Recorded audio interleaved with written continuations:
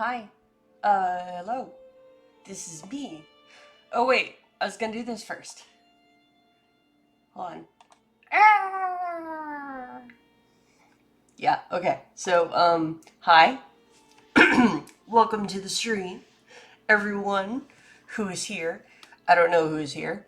But welcome. Let's see if I can do this. Ooh, I can. Awesome. Hey, look! It's JD! Hi, JD. Uh, Let me give you a shout out because thank you for coming. And everyone should go and check out JD because, whoops, if I can spell your name right, because he's a wonderful person and a good friend, and I am one of his mods, full disclosure. And he plays really fun, like, random games, and I feel like there's a lot of horror, but there's also a lot of, like, gory. Was I don't know how to explain gory. That was uh okay. I mean, I kind of wasn't anyway gonna say that, but yeah, I guess like a platformer, like a kind of an RPG sort of game. You were a cat and you were trying to, like, uh I don't know, uh be, yeah, that's okay. Yeah, I added new channel points things. Uh and at some point I might, like, add other, like, things for the channel. I can cat Dante from Devil May Cry. Ooh, I love that name. I don't actually know Devil May Cry. I know this might be a shocker, and it might break your heart, but um,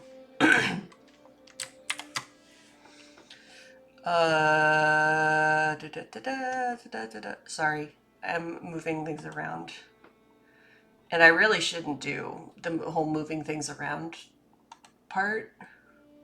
Okay, um, yeah. So tonight, um, I'm playing.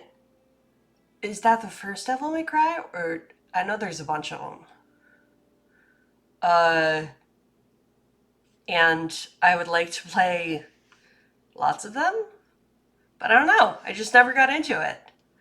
Uh, yeah, I don't know. I know they were like a thing in, like, the aughts and stuff, and I don't know. Just I never got into it. So I'd love to if the chance presented itself.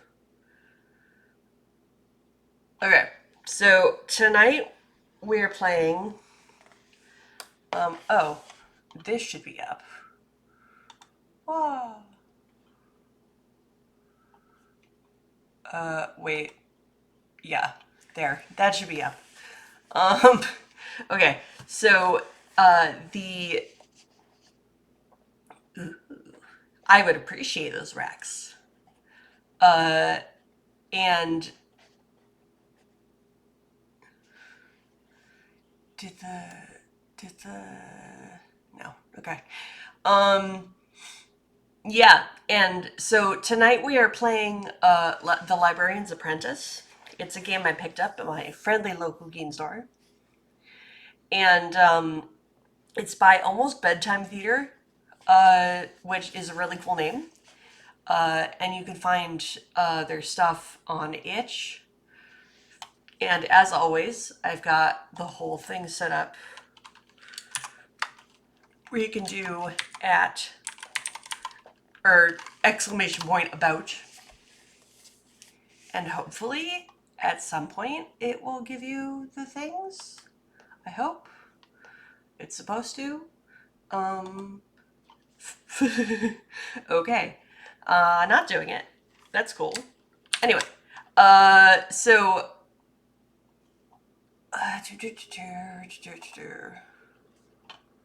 I'm just gonna give you the information then.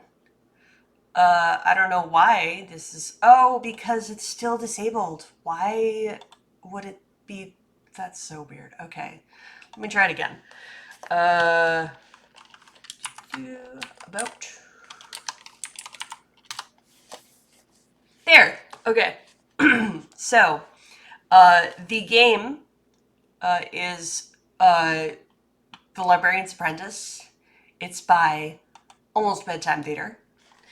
And that is the itch page for that specific game. And of course, you can find our other work by following links on that page and such. And then tonight, the music. Oh shoot! Hold on. Did I tell it not to loop? Yes, I did. Good job. Good job, me. Okay. So the music tonight is from Kevin MacLeod, as per usual, because Kevin MacLeod does the cool thing where he's like, "Hey, use my music and stuff." You know how it is, and so that is actually the little chat bot thingy is actually the the actual songs that are used. I didn't feel like putting the whole thing in the little Chiron up above. So anyway, but so let's break into this game. And so I tried to, because there is a mapping element, so I decided to add, ready?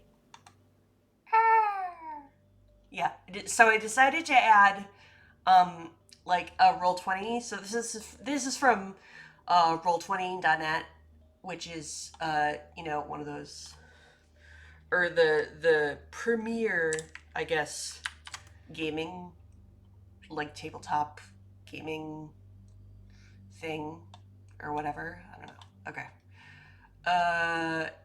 Yeah. So actually, I want that front. Sorry, I'm getting everything set up. Okay. So yeah, this is sort of the premier, like, tabletop remote gaming thing. Anyway, I threw a little background on there. That is actually Trinity College Dublin, which is pretty cool. But clearly a free to use and commercially, stuff like that. So let's see how this works. So this is the physical copy of the Librarian's Apprentice. Obviously, from Itch you can get the digital copy. I think there's a link to somewhere where you can get physical copies too, but I happened to pick these up at my local game store.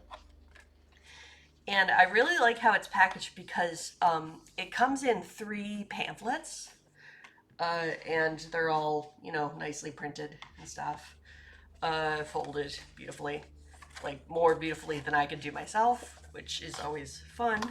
But it comes in this little folder here, actually. Let's see. Hold on a sec.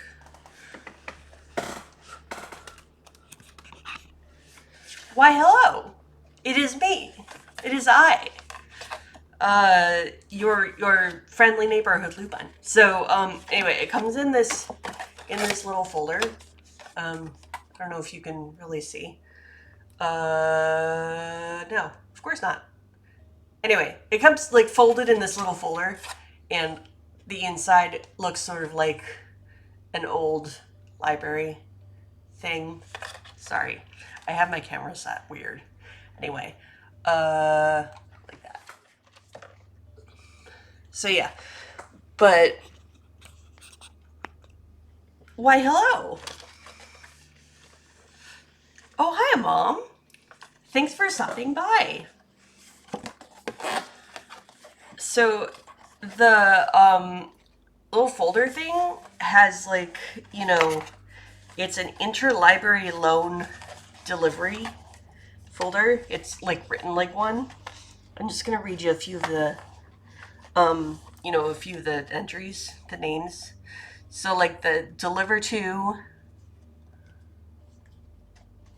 yeah, the deliver to is like deliver to Kevin. Section must be caught. This is all in like all caps and red bird marker. Sent by Celeste. Section forensic poetry. And oh, thank you, Mom. Yeah, I forgot. Um, it's a new like month or whatever, so yeah. And if you already got that founder's badge, you keep it every time you subscribe. Just so you know. But I actually did put cute little badges now. It is the best month. Uh, because it's spooky season, and also because it's Poppy Mama's birthday this month. And so we get to celebrate all month and put up our lights and stuff and little garlands and yeah, I have a little concrete skull that I got from Bippity, and I'm trying to find a place to put it, but I can't put it on my windowsill because the blinds hit it when I close them and open them. I guess I could put it back all the time, but uh, you know, it's like, yeah. Wait, did you just subscribe too? Because now you've got a badge. That's weird. Okay, but it didn't tell me, which is like super weird. But anyway, thank you for being a friend. But yeah, so the 2 month badge is the possum. Yes, there it goes. There it goes with the subscription thingy. It was just like, I'm not gonna do it right now. Yeah. So thank you for being a subscriber for 2 months. And yeah, I added some little possum badges, and there's some fun ones when you get up higher. But of course, you can't do that yet. And wait, did you just like? Are you actually watching without audio, or did you just like put that on for funsies? Because I'm curious. Okay. Okay. Um, and I also submitted some new emotes, but apparently they are not approved. They're still pending yet. Um, but they're subscriber emotes because, of course, I don't have as many. I only have like 5 or 6 slots. It's okay. You're good. I was just like, wait, is JD not listening to me? So I could say all these fun things about him? Yes. Yes, is better. Thank you. Uh, and yeah, I put in some new emotes. So you'll probably be able to. I'm sorry I didn't think about it before yesterday. So yeah, Twitch is like, we're not going to okay them until, you know, a million years. But yeah. And then so there's a few cute ones for Halloween that I'm actually really excited about. So maybe, well, next time I stream, obviously, because I've decided that I'm going to do for October. I'm going to do some spooky RPGs because I have them, and I just got a few, and so it's exciting. We'll do a dungeon crawler at some point. We'll do one called the Jester King's Dance, which sounds like super fun. I'm very excited about that. But in the true spirit of chaos, I rolled a die to figure out which one of the ones I was going to do tonight. And so Librarian's Apprentice came up. So yeah, they have this interloan delivery thing, and then I have a little membership card. It's, of course, blank, is hereby deemed an apprentice librarian at the Great Library. With all applicable bleh, I can't say that word, applicable privileges and responsibilities, subject to the rules and regulations of the library. It's cool. It's made on like cardstock, and it's exciting. Oh wait, and here on the back it says, this card must be presented when entering the library, borrowing materials, or requesting an audience with the scriptworm. Yay, scriptworm, which is spelled SCRYPTWYRM, which makes it a worm, like a dragon worm. So it's probably just a dragon. Library entrances can appear anywhere a sufficient concentration of knowledge has accumulated. Look for the blue door. You're responsible for all materials borrowed on this card and for your own safety. Nice. And then it has the signature of one of the librarians. It says the third librarian. So. Oh, hey, look. Hydrate, you filthy trash goblins or something. Yes, that. So. There's that. And yeah, let's see how this works. Okay, so looking at the first pamphlet. Oh, things fell out already, which is great. Okay, so looking at the first pamphlet. Hold on a sec. I am blind, so I need to turn up the light.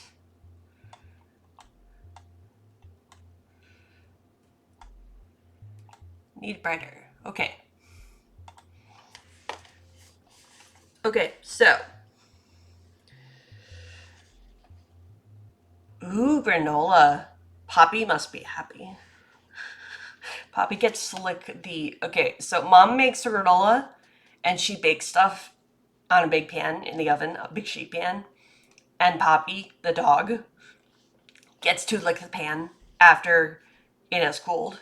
And she's taken all the granola off, obviously, because Poppy doesn't get any of the granola. But the granola is delicious, and Poppy gets to lick the pan. And she likes that. She really, really likes that. Okay. I digress. Okay. Let's see. Okay, so the writing and layout is by Dan Bronson Lowe. That is the name of the almost bedtime theater guy. Oh, wait. Just kidding. We should go to the screen. Okay. Okay, and then the editing is by Christina Bronson Lowe, I assume is his wife. The librarians...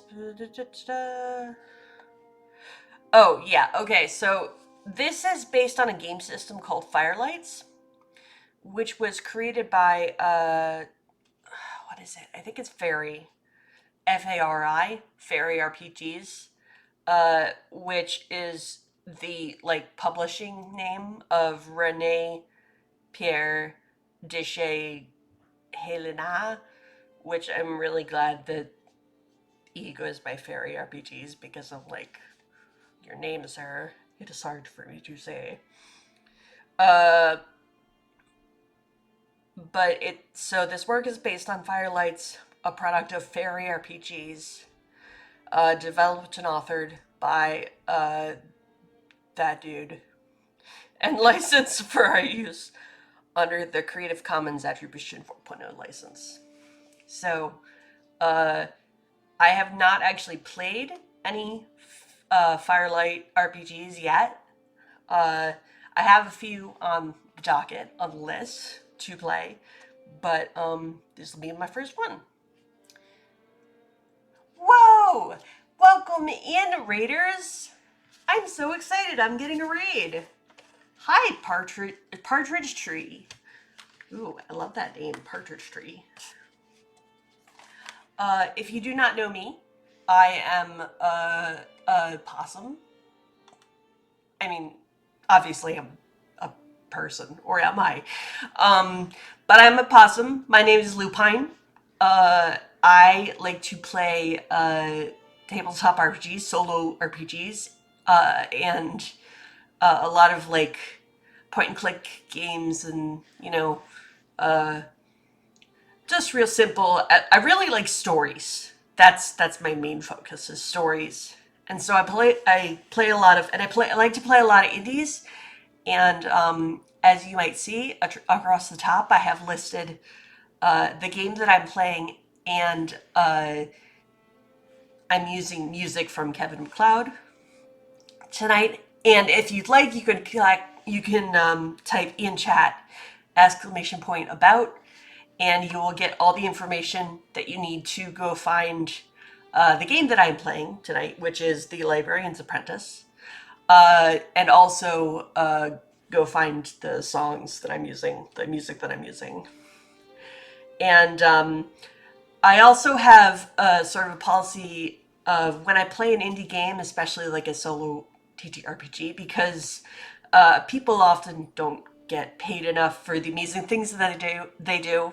So if you donate to my coffee within the time of the stream, I split those proceeds between myself, and most of it honestly goes to the creators of the game and the music. I'll go ahead and donate that. I'll figure out a way.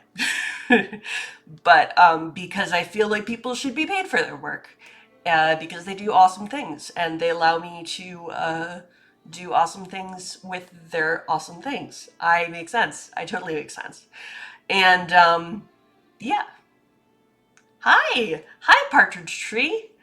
Thank you for coming in and rating my stream, my humble stream. Let me shout you out. Oh, that's all right. That's fine. So I was just explaining. Wait, you have two R's. Okay. I'm gonna go ahead and give you a shout out, and after stream, I will be able to wait. Oh, damn it. Sorry. I have my possum set up like in the middle of here. Wait. Uh. Okay. What if I do it now? Will it show you in the middle of? I'm sorry. I'm a professional streamer. I promise. Um. Yes. There we go. Okay. So everybody should go visit Partridge Tree. A Gracewind Trail. Do you copy? Ooh. I will be sure to check that out after the stream, and I will throw you a hello as well. Uh, Thanks for rating in, and thank you for trusting me with your, with your audience. And if you, of course, if you need to go do, post stream care, self care, go get a drink, stand up and stretch or anything, go ahead and do that. And we'll be here playing the Librarian's Apprentice. I'm gonna see if I can do the. This is so this picture. It's actually a picture of Trinity College Dublin, which I think is really cool. But I have it set up on Roll20. Which do you play? Oh yeah, of course. Um, so yeah, if you play TTRPGs any, like remote, you probably know Roll20 because it's a free, um, like online software. Oh yeah. So you know this stuff. So yeah, I'm using Roll20, and I'm gonna try to, because there is a mapping element in this game, and so I'm going to try to do a little mapping on screen, just sort of like I moved to this room, I moved to this room. Yeah, yeah. So that's a lot of what I do. I do the solo RPGs, And also, I do some of the point and clicks. I like stories. So I do a lot of like visual novels, dating sims. Like I did Monster Prom, I did Road Warden, that kind of thing. So, yeah, thanks for coming in. All right, so I'm looking at, excuse me, I'm looking at this pamphlet, The Librarian's Apprentice. Okay, so the introduction. Infinite, ever shifting, and sometimes dangerous. Oh, thank you for the lurk. Yeah, you go do whatever you need to do, and we will be here if you decide to come back. Thanks. All right. Infinite, ever shifting, and sometimes dangerous. The great library exists in the space between worlds and times. Among the many who call it home are the librarians, and only those who truly understand it may join their ranks. You seek to do so. The path of a librarian's apprentice is a long one. Your current task is designed to test your skills at traversing the library and locating documents. Find the information requested by your librarian before the day is out, and you will have completed one more step on your journey. Good luck. Alright, so the basics. This is a solo journaling game, and to play it, you need a journaling method. So I do have a notebook here that I'm just gonna like write little notes in. A flat surface on which to build your map, and for that, of course, I'm using Roll20.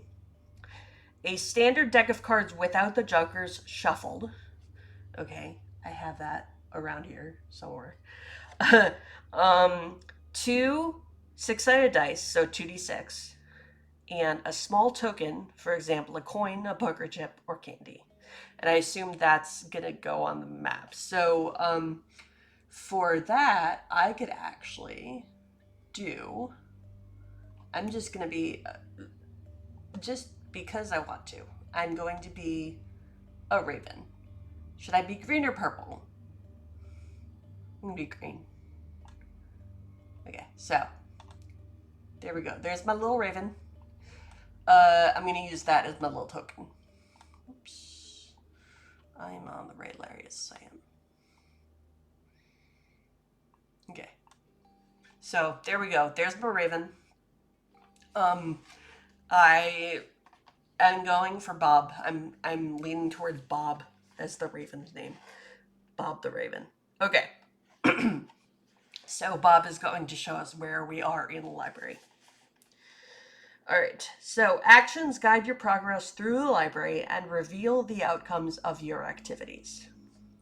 To perform any action, draw 2 cards from your deck, roll and sum your 2d6.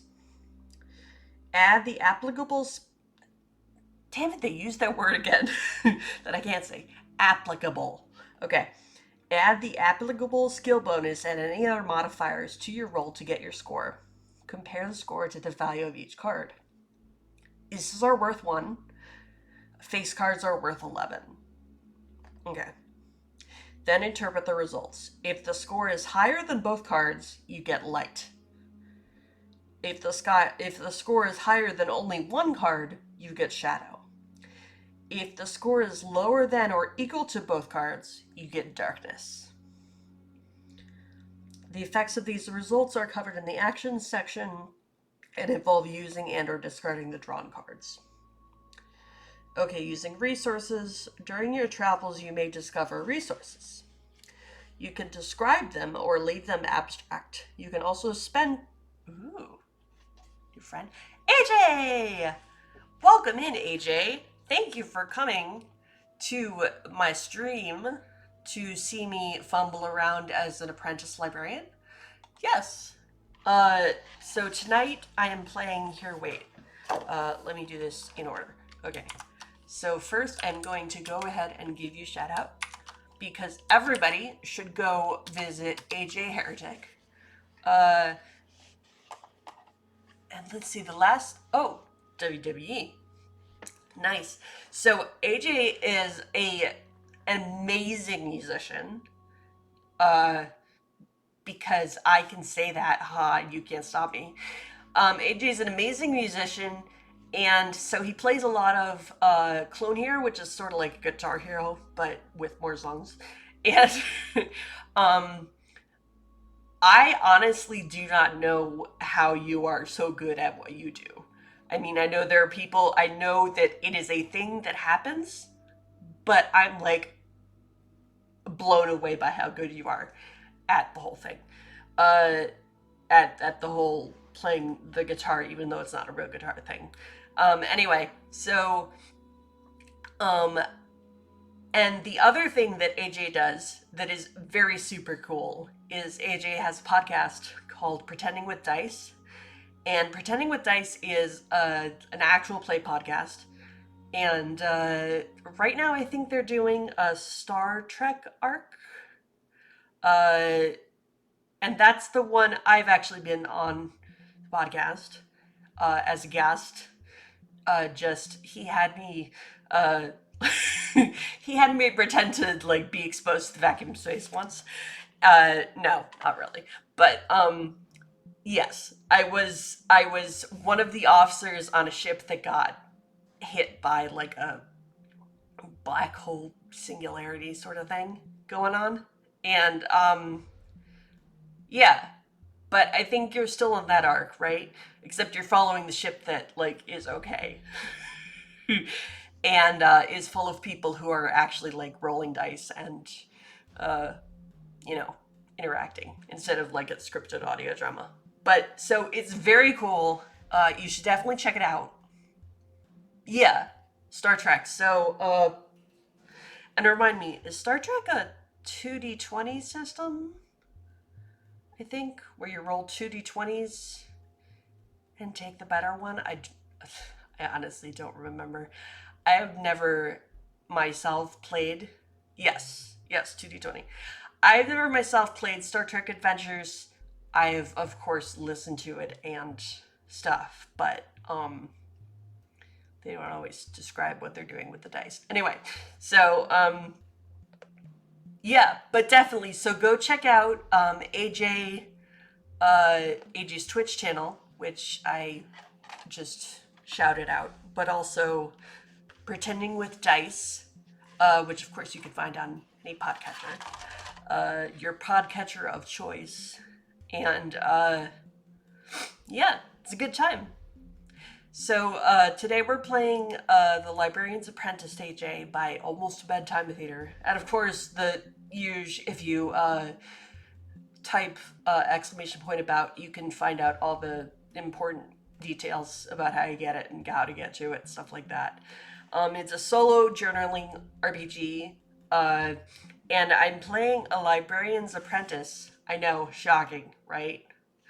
But I'm playing a Librarian's Apprentice, and apparently my librarian is going to have me try to get things, and I am going to try to get them, and I might end up like lost in the library. So yeah, that sounds fun. I enjoy the idea of being lost in an interdimensional library. Not gonna lie, what a way to go, right?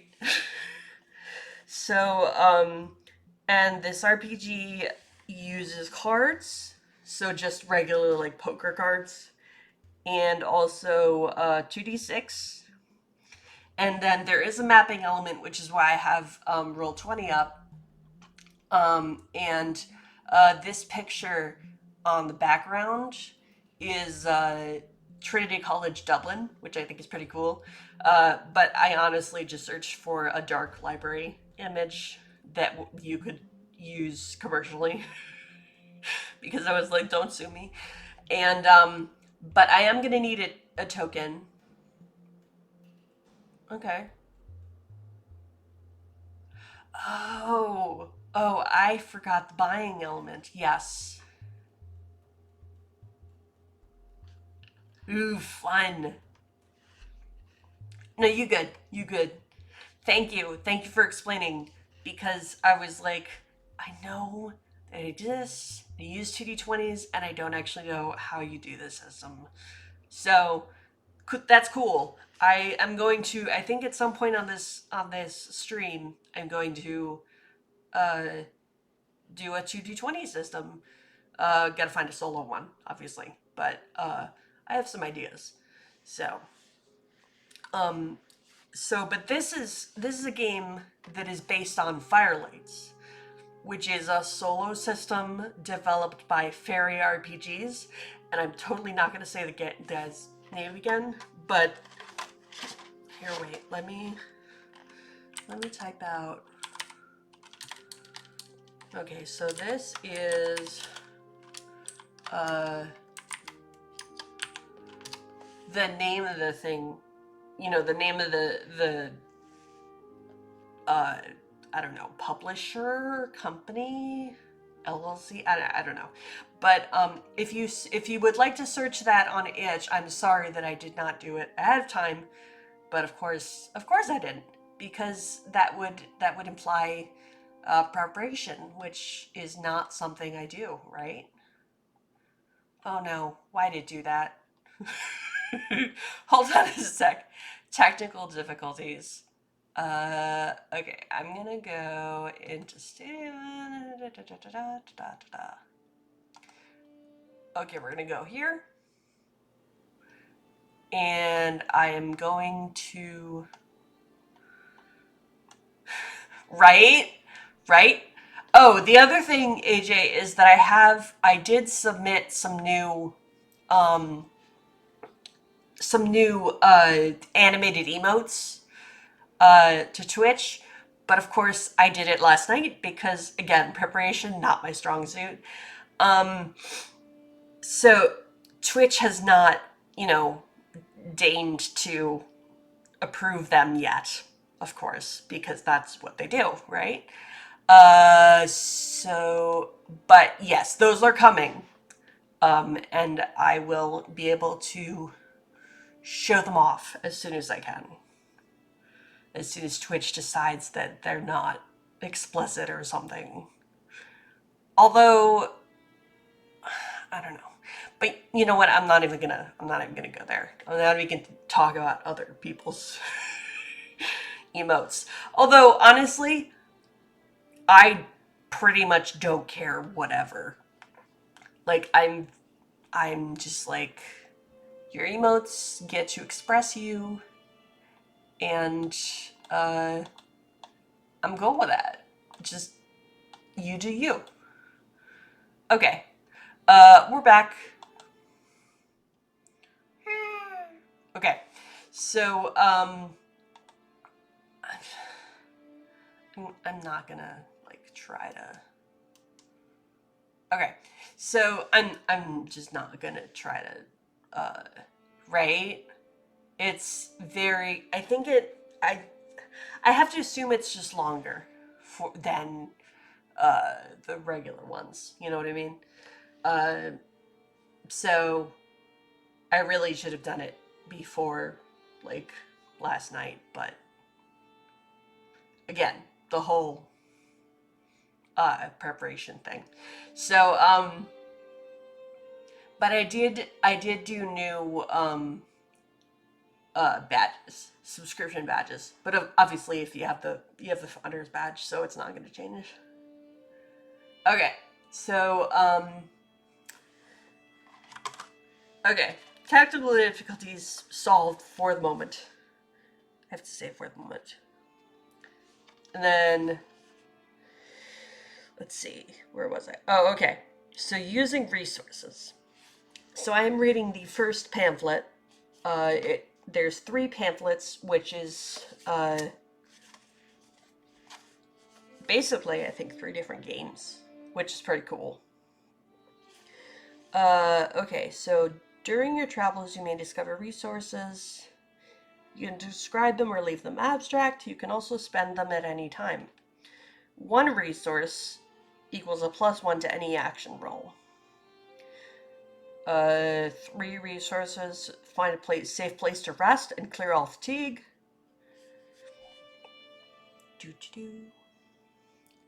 And 5 resources, find a document you're seeking. Oh, and by the way, for 1 resource, it says you can use multiple resources on the same roll. Okay. So, like, if I use 1 and 1 and 1, technically I used 3, but I used 1 and 1 and 1. Does that make sense? Okay, so journaling your progress. How much you record about your journey and how you recorded it up is up to you. Cool, because I'm not going to journal that much. I never do. Okay, the game. When you start the game, draw a card and place it face up in front of you. If it's a face card, reshuffle and draw again. Place your token on the card to indicate your character is there.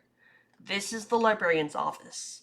As you travel through the library, you will add more cards to your map. Each card is a new area. Okay, so here's what I'm going to do for the mapping element. I am going to... Wait, hold on. Let's do...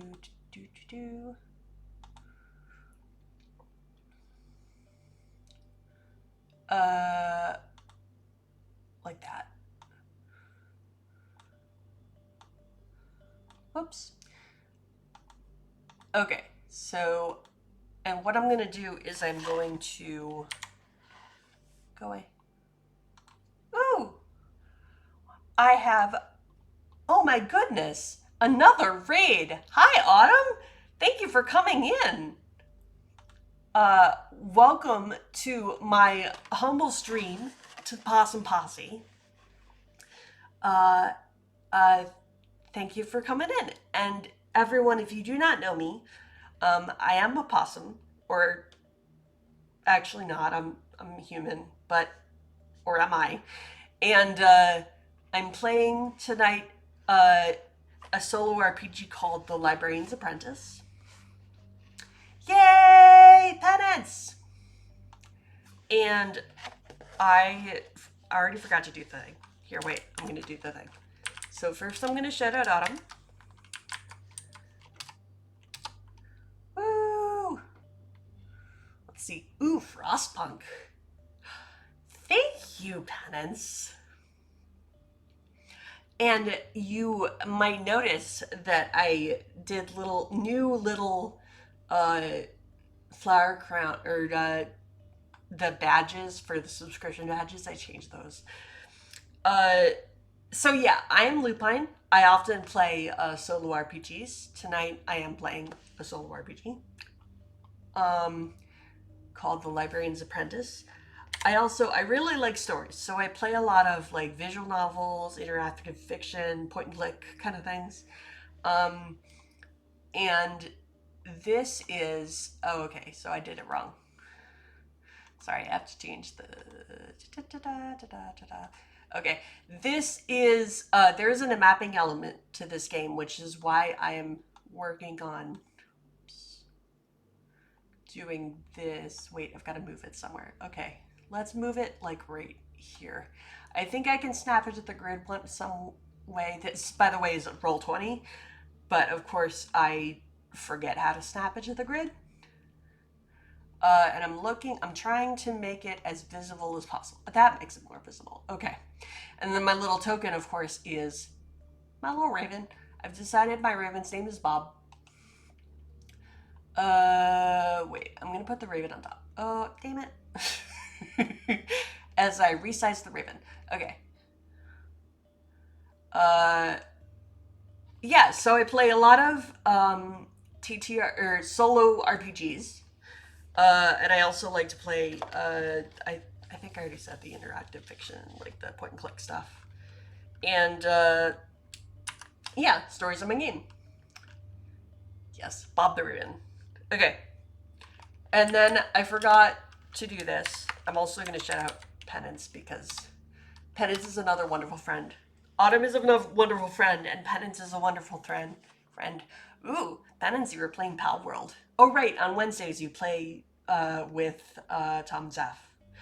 And so you should go give everyone a follow, because Autumn is a wonderful, lovely person, and Penance is a wonderful, lovely person, and they are good friends.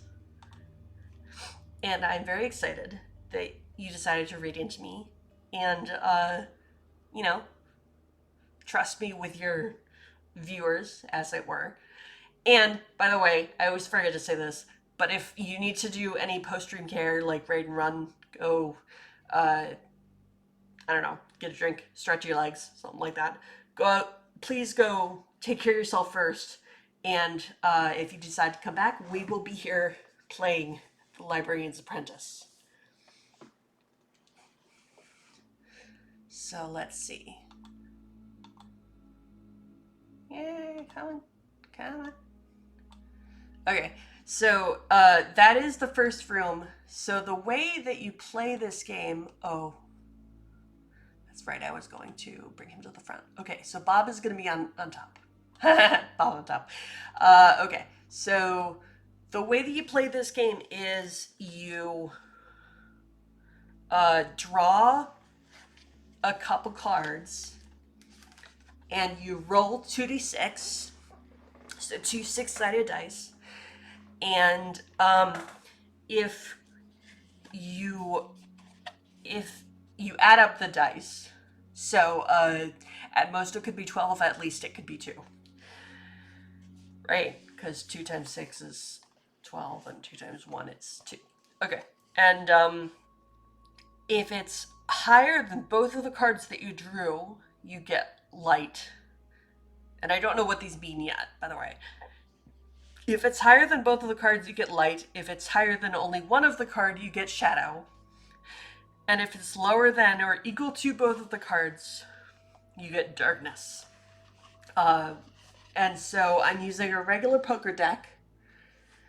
And aces are 1, and all of the face cards are 11.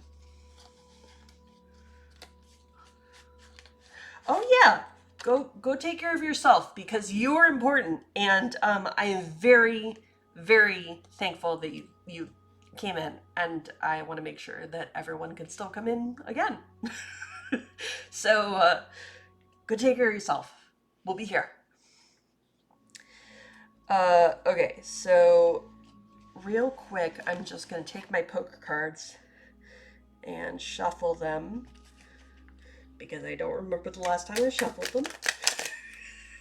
So here I have a poker deck. And so to start the game, I am going to draw a card and put it face up. Okay, so I drew a 7. Let's see. So, you know what might actually be easier? If I... Wait, so I'm gonna make everything... I think this stands out the most. So I'm going to make... Let's see if that works. Okay, so what if I make that... Let's see. What if I make that 26? Darn. Okay. What if I make this 26? I mean, that's pretty big. How about the next one? That's also pretty big. Make that bold. Okay, so that's what I'm gonna do. Instead of... Or I guess I could do both. Okay, so that is the... Where did it go? Oh, I moved it. What if I make it? Da-da-da-da. I'm just seeing how big I can make the font before it gets out of the... Okay. So this is the librarian's office. Okay. Oh, we are having ads in about 3 minutes, a little over 2. So when that starts, I am going to, pause so nobody misses anything. But yeah, actually, you know what? Never mind. Ads are not happening right now because I'm just changing it. I decided. Why won't this do? Stop it. Ah. Okay, I can't get it to be where I want it to be.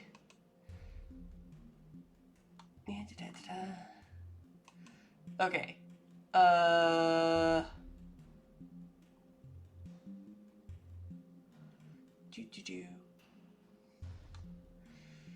Yeah, I don't know why I can't, like, have it where I want it. But, okay. I'm just gonna have to put it where it is. Sorry, y'all. But that's where it's gonna be. Okay. So,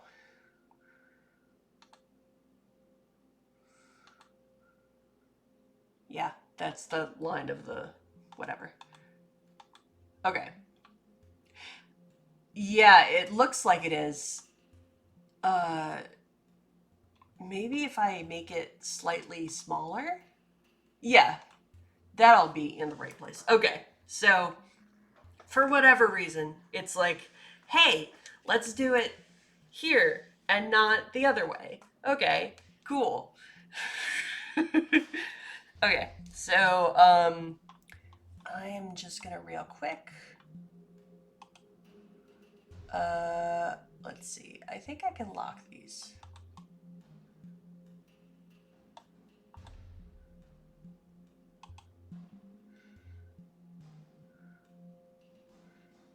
I know I can group them. You know, I'm just gonna leave it there and don't move it. Okay. Uh,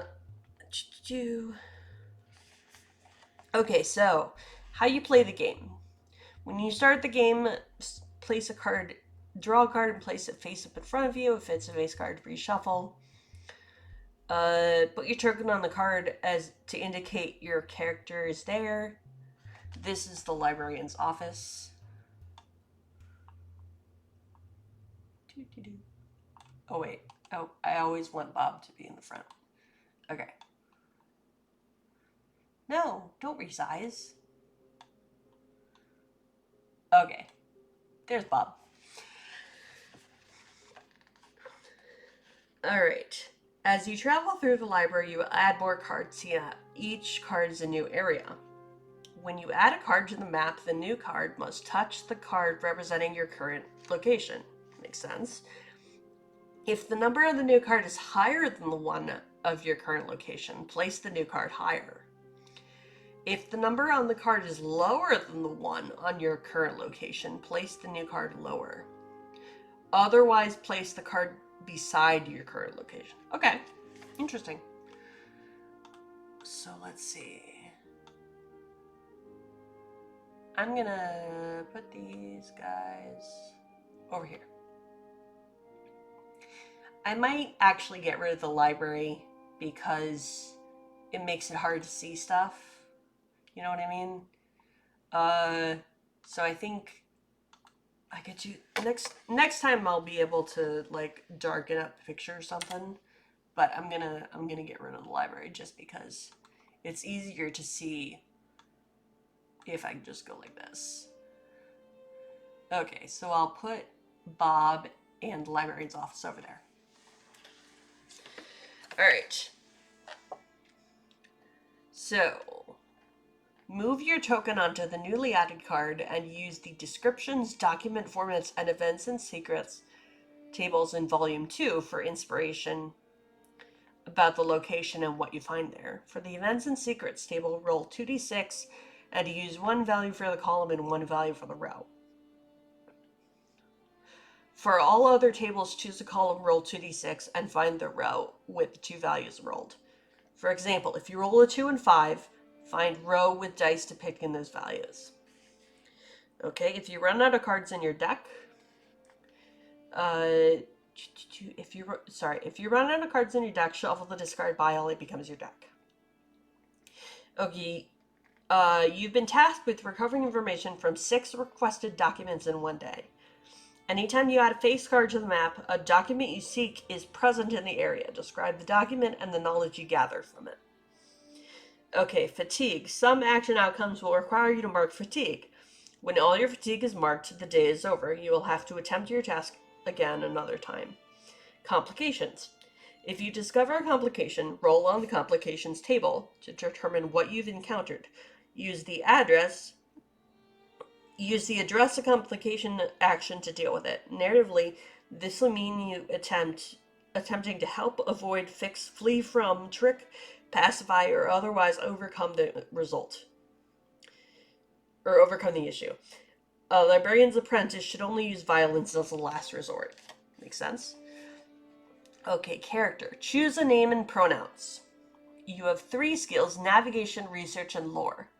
Assign a +2 bonus to the skill you're best at, +1 to the skill you're good at, and 0 to the last skill. It's dangerous to go alone. Select a familiar: Catacomb, Glowmite, or Tumblefluff. Pick the skill it adds +1 to and name it. It can absorb 1 fatigue. It can absorb 1 fatigue in your stead, but then no longer provides skill bonus until the fatigue is cleared. Okay, and there are truths that you select from each section. Truths about your background, truths about your community, truths about your library. And we can actually get to that. Okay, and then some outcomes allow you to trade in cards. After you trade in a card, discard it. Club or spade, trade in for +1 resource. Heart or diamond, trade in to clear 1 fatigue, can be saved for later use. Travel. When you travel to a new location, roll + navigation. If you get a light outcome, add either card to the map, trade in the other. If you get a shadow outcome, add either card to the map, discard the other. If you get a darkness outcome, add either card to the map, discard the other, and discover a complication at the new location.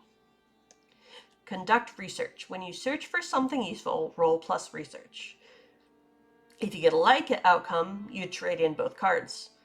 If you get a shadow outcome, you trade in either card and discard the other. If you get a darkness outcome, you discard both cards and discover a complication.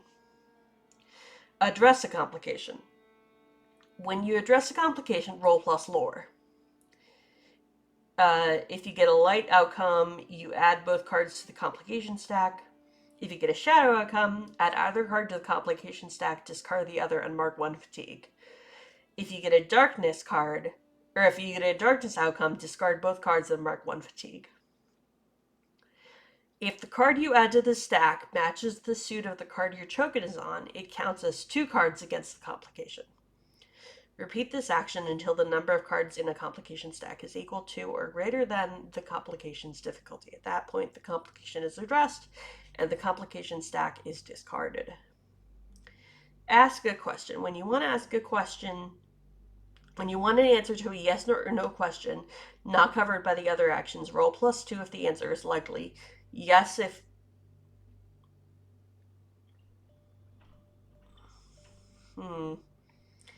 Okay, it says roll +2 if the answer is likely yes, +0 if unlikely. Oh, okay.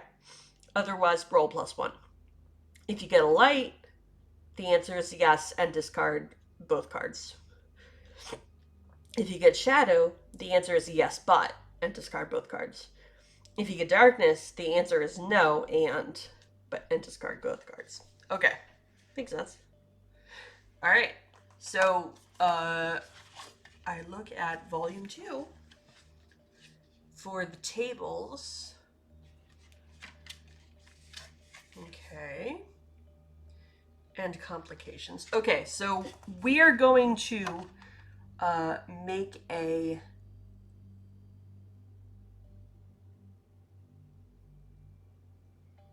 Oh, whoops, we are in the middle of an ad.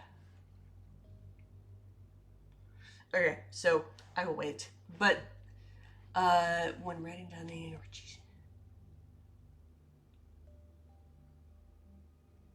Right. I think the biggest thing for me to get over that, not the writing part, but as a player, for me to get over that is just to start something.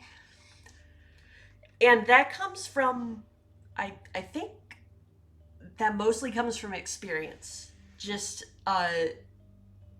and sort of trusting myself to sort of figure it out. The biggest thing I need is a safe place. And this is sort of, I would call this a safe place because, well, number one, all you are here. Um, and number two, I can just end the stream whenever I want to. Like, that's why it's safe. Um, but, like, for instance, if you're with a bunch of people you don't know, um, I think the biggest thing that allows me to overcome that sort of like panic of I don't know what the instructions are telling me and I just have to start and try it. I think the biggest thing for me is like safety tools, which is one of the reasons that whenever I play um with other people, uh not so much on the solo because like I know my own limits and stuff like that, but like whenever I play with other people I use the like the X card and the open door policy and lines and veils, and afterwards I try to remember, I don't always remember, but I try to remember to do like stars and wishes afterwards. And that sort of that structure, I mean, it's not a lot of structure, but it's still structure. That structure allows me to uh, feel safe enough that I can say, okay, uh, I don't know everything these rules are telling me, but I'm just gonna wing it. And I know that about myself. I am the kind of person who will just bull rush in and learn on the fly. And I'm okay with that. I know there are people who are not.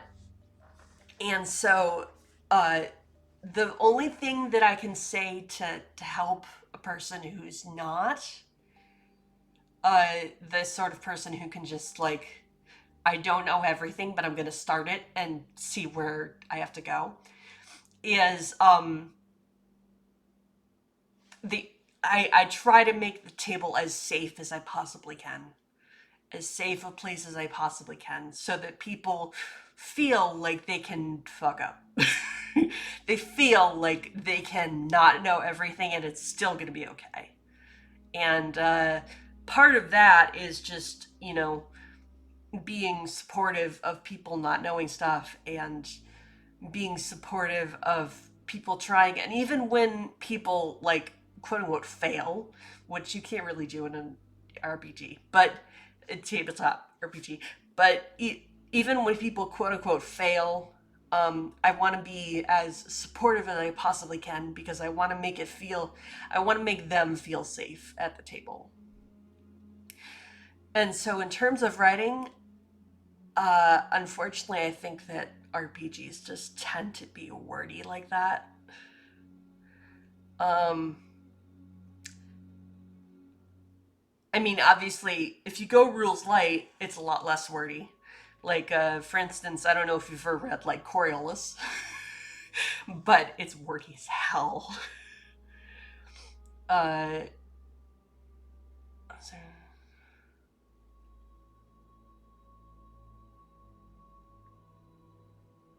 I mean, I understand where you're coming from, but I doubt you're actually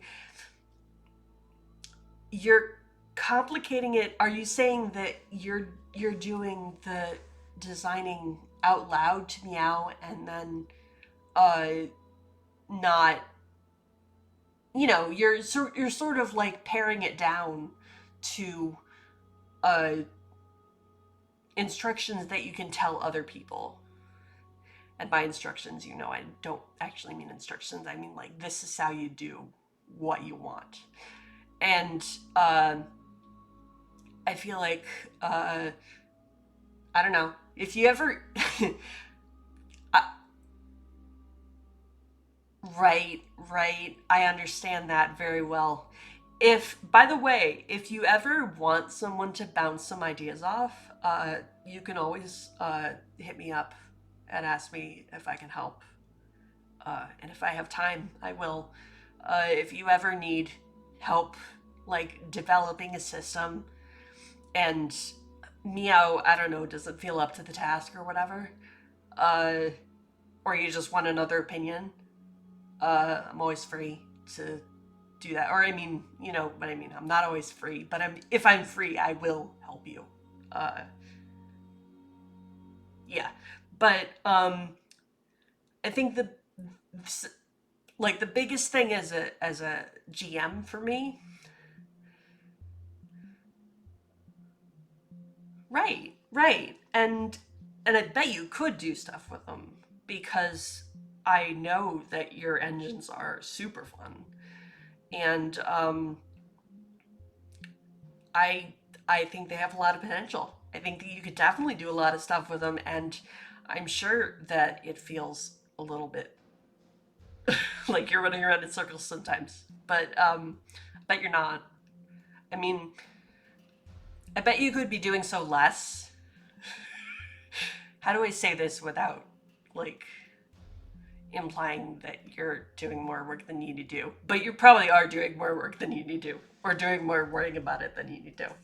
So definitely hit me up. Um, I would love to help you with some of that stuff. I know you're Scottish, right? I can say whatever. Um, okay. Anyway, sorry. Ad break is over. So I am going to. We are just going to jump right in and see where it takes us. Okay, so the first thing I do. So the librarian's office is 7. Okay, so the first thing I do is I draw.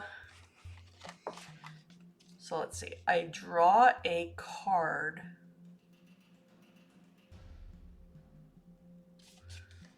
Sorry, hold on. Let me just look at this. Okay. Um.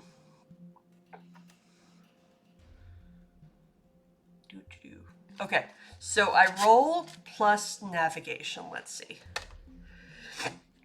Which means that, hey, Krem! Thanks for coming in.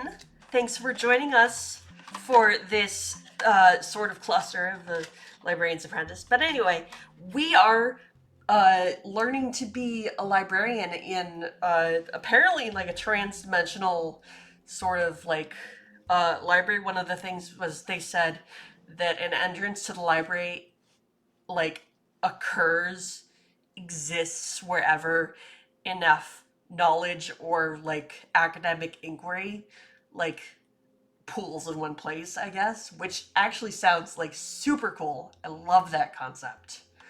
Let me go ahead and give you a shout out. So everybody should go check out Grim because Last Playing Blood, ooh, another indie.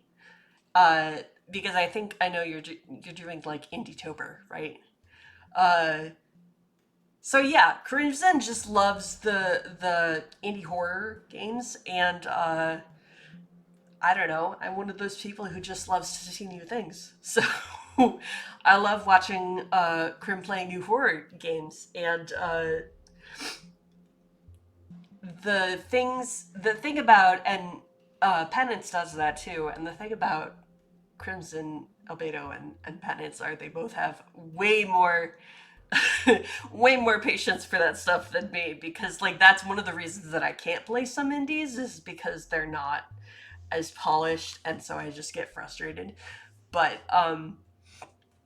so I love watching Penance and Crimson play the indie horrors because uh then I don't necessarily have to bang my head against the wall.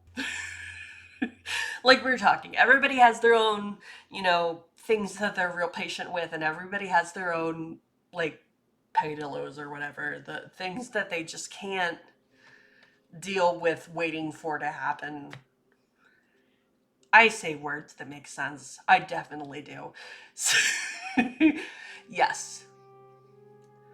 Ooh, so like a first person shooter, kind of like a Doom. That sounds fun. Um, you know, I do love first person shooters. Uh, and I think I just never got into Doom because like I don't know. I don't know why I never got into Doom, but yeah, sounds awesome. So we are, uh, right now, the librarian's office. I don't know if you can see, we've named my Riven Bob. This is my Riven, his name is Bob. The librarian's office, because there is like a map making element to this game, so I have things on Roll20. I'm pretty sure you're familiar with Roll20, right? Crimson, you've played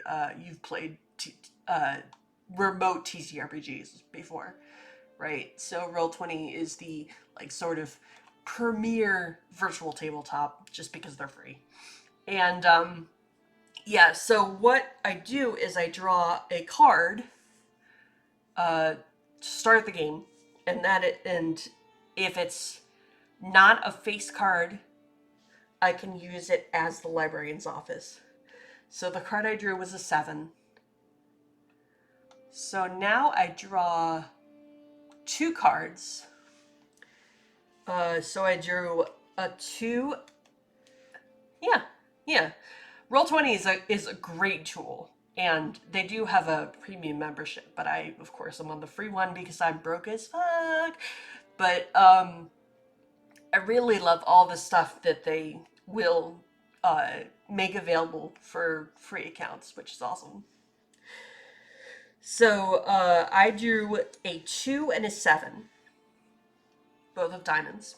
Okay, so let me just make sure. So I'm supposed to roll plus nav. Oh, I forgot to do the whole character creation thing. Oops. Okay, so character creation, real quick. We have to come up with a name, which I would like to. I know I made it like a channel point redeem, but I actually just like to have people name things. So if anyone can think of a name, that would be much appreciated. I'm gonna the pronouns I'm gonna go with are just they them. So any name is good. Let's see. They them. Alright. So my character needs a name, pronouns. I have 4 fatigue boxes.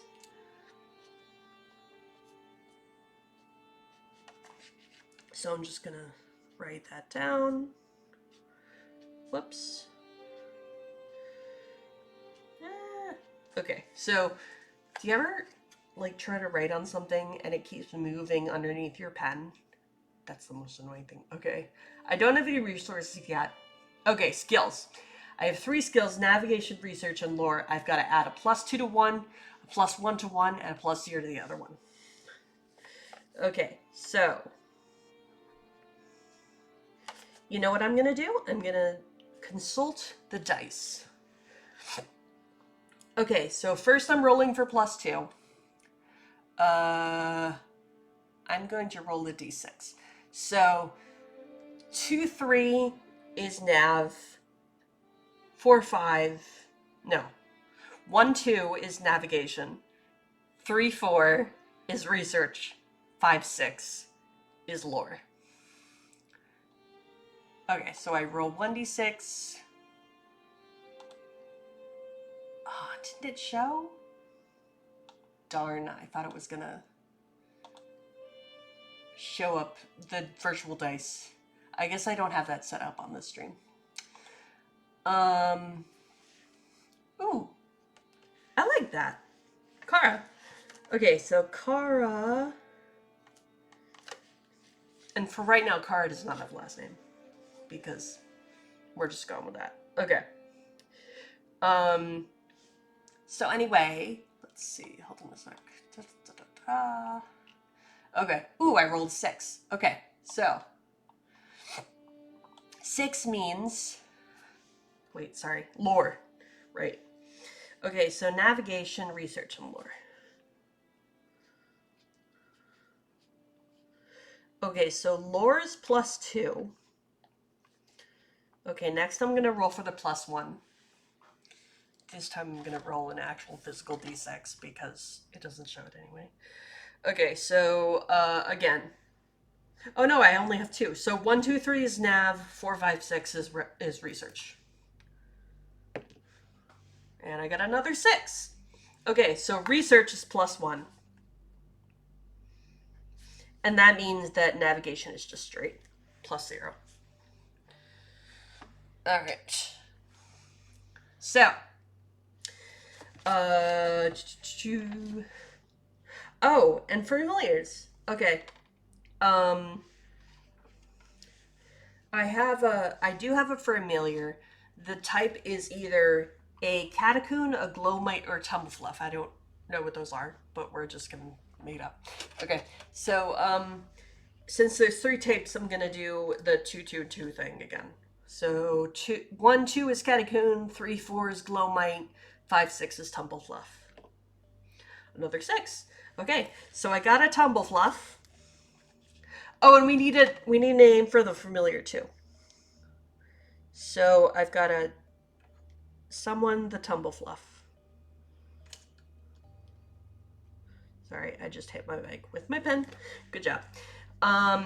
Okay, and their bonus, the bonus they add, I'm gonna consult the dice again because there are 3 choices of bonus. So 1, 2 navigation, 3, 4 is research, 5, 6 is lore. 5.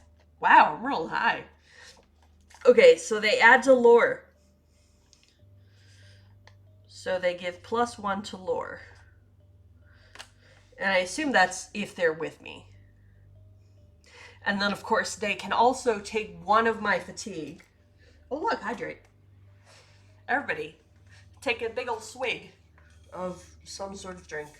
It doesn't have to be a specific drink, as long as it's water-based, because we've already talked about that. Ooh. Meow. Thank you. I thought you said that you couldn't, but thank you. Ooh, 4 months. Nice, very, very nice. Hi, piece of crap gaming. Wait, I just recently learned that you stream, so, right? So I'm going to do this. Because, yeah. Oh, okay. So there you go. Everybody, go visit Piece of Crap Gaming. Go follow, hang out with Piece of Crap Gaming, because they're a lovely person, and I'm very glad that you... Peace. Okay. I am very glad that Peace showed up today, because I love friends. All my friends. Thank you, Krim. And Peace, now you don't have to watch the stupid ads, because stupid ads, right? But, awesome. That is so cool. So, now we go back to the game because, oh wait, we still need a name for the familiar. Okay.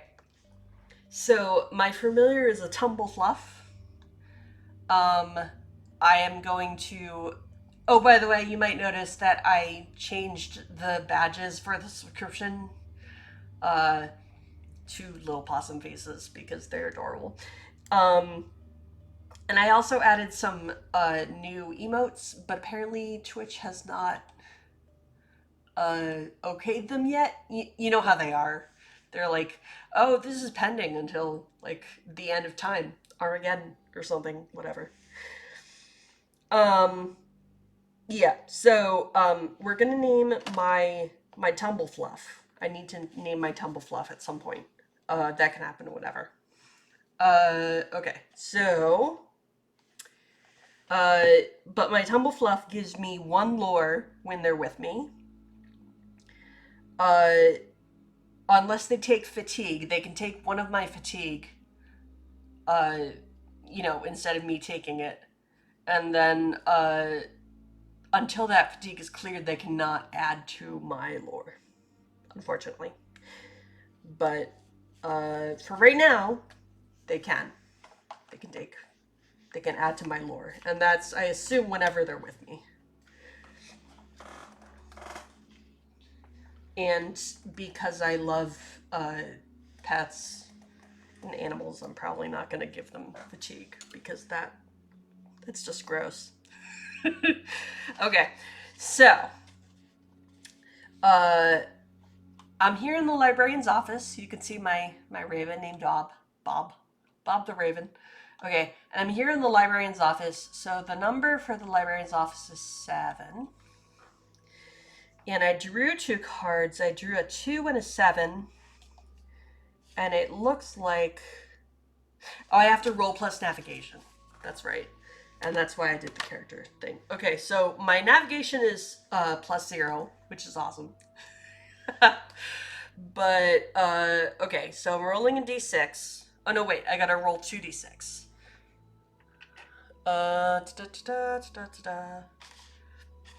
Wait, let me grab another d6. Sorry, hold on. D6? Okay. So I roll 2d6. And I add up the numbers that I got. So I got, let's see, a 1. Oh, I got snake eyes. Great. Okay, so that's a 2. So, and based on that, I add them together. And if they're higher than both cards, so they are lower than or equal to both cards, which means darkness. So I got a negative darkness. Great. Cool. Right? I feel very called out by this game right now. Okay, so darkness. I add either card to the map, discard the other, and discover a complication at the new location. Awesome. Okay. So I could add either a 2, which I'd have to add below, or a 7, which I'd add at the, I think, next to it. Yeah, because it's the same. Okay, so I'd either add a 7. Here, wait.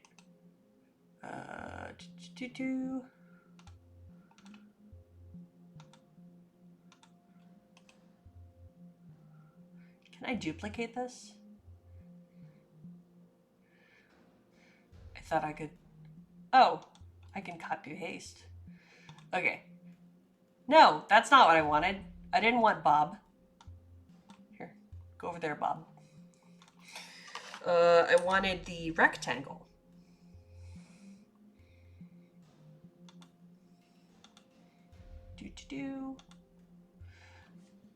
Okay, so Control C, Control V. Okay, what did that do? I don't know what it did. Oh, it did it. It just like moved everything. Okay, cool. So I could either add, if I add the 7, I'll add it there. If I add the 2, I have to add it there. I'm gonna add the 7. Because that's a nice, like, sort of in the middle thing. Okay, so let's see. I could add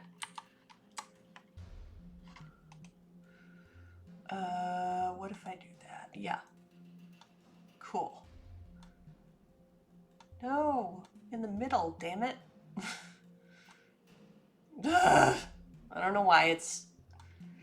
Oh, you know what? It's probably because it's like...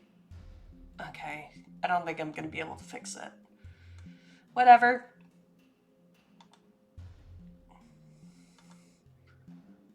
I could do that. I'm just gonna leave it. Okay. Oh, look, it's doing it now. Whatever. Okay, so I add the 2, or I add the 7 to the map. And I have to discard both cards, I believe. Yeah, if it's dark, I have to discard both cards.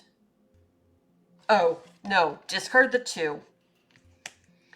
And I have to find a complication. So, so wait, let's see. How do I add a complication?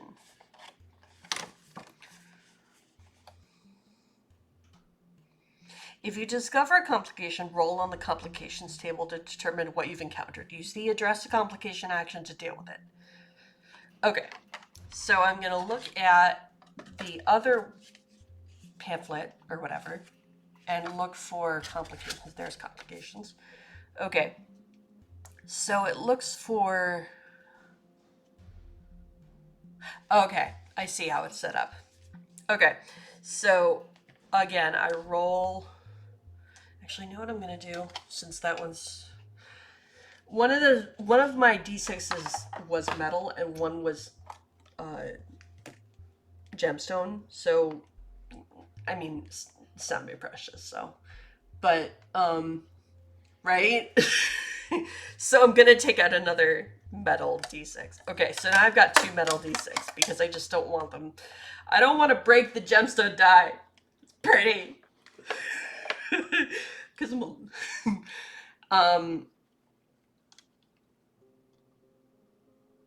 oh, what are the books you have, Graham?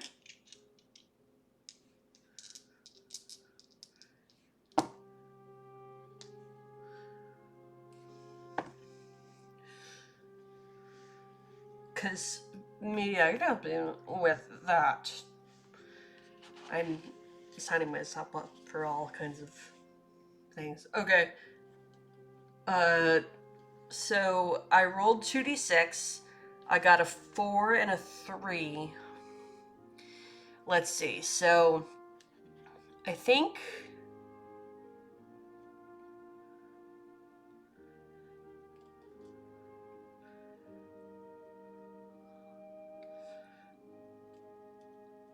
Okay, I think that means that...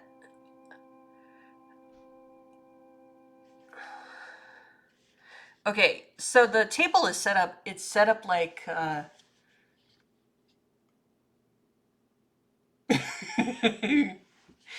It's like, yeah, basically. I have one of those shells too.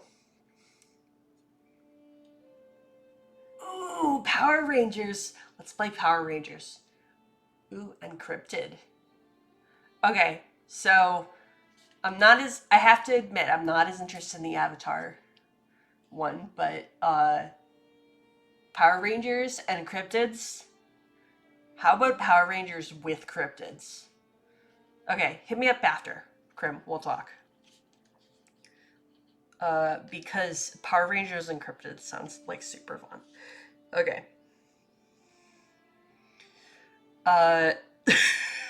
Wouldn't that be fun? Power Rangers versus Mothman? I mean, I'm into it. Oh, here, wait, I have to move Bob back somewhere. Damn it, he's always in the back. Okay. So there's Bob. Alright. Okay, so the complications table...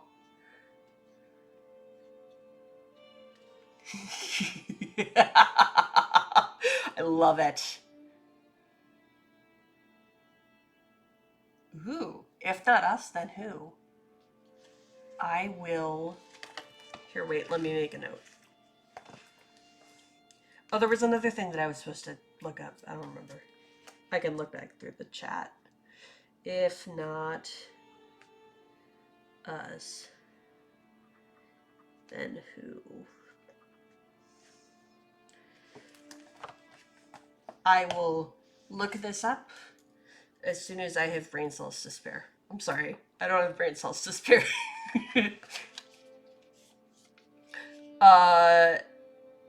Okay, so the complications table is set up as it has a die, you know, you roll 2d6 and you it's basically a d66 table. But I don't know which one is the one in front and which one is the second one. You know, which one is the tens and which one is the one. Ooh, I love interstitial. Yeah, that sounds awesome. I will definitely look it up. I think I just randomly pick. Okay, so I'm gonna say that's a 34. So that means my 10 is a 3. Okay, a document escaping its section. Ooh, I like that. Document escaping its section. So let's see. I think I'm gonna go like super literal because I love me some Terry Pratchett. So I'm gonna go super literal. Do you remember the library at the Unseen University? Anyone who read Terry Pratchett, they had to chain a bunch of the books down because otherwise they would escape. That's where I'm going with this. So I think this is like a scroll that's like unfurled and it's kind of just using its ends as wings and like flying away. I love that. Okay. Right, the librarian. I hope that my librarian is actually an orangutan. It warms my heart to see so many Pratchett heads. All right, so it also has a difficulty, and I think that means how many cards I basically have to throw at it to get rid of it. So anyway, the difficulty of a document escaping its section is 4. So let's see. Address a complication, you roll plus lore. Fortunately, my lore is pretty high. If it's light, add both cards to the complication stack. If it's shadow, you add 1 card to the complication stack and mark 1 fatigue. If it's darkness, you discard both cards and mark 1 fatigue. If the card you add to the stack matches the suit of the card your token is on, it counts as 2 cards against the complication. Repeat this action until the number of cards in the complication stack is equal to or greater than the complication's difficulty. At that point, the complication is addressed, and the complication stack is discarded. Okay, so basically what it's saying is... so I need a complication stack right there. Okay, so I need to throw 4 cards at it, basically. Or, oh, you know what I should do? I should not just write the number. I need to write the suit as well. Okay, so what I'm going to do is I'm just going to say C is clubs, D is diamonds, H is hearts, S is spades.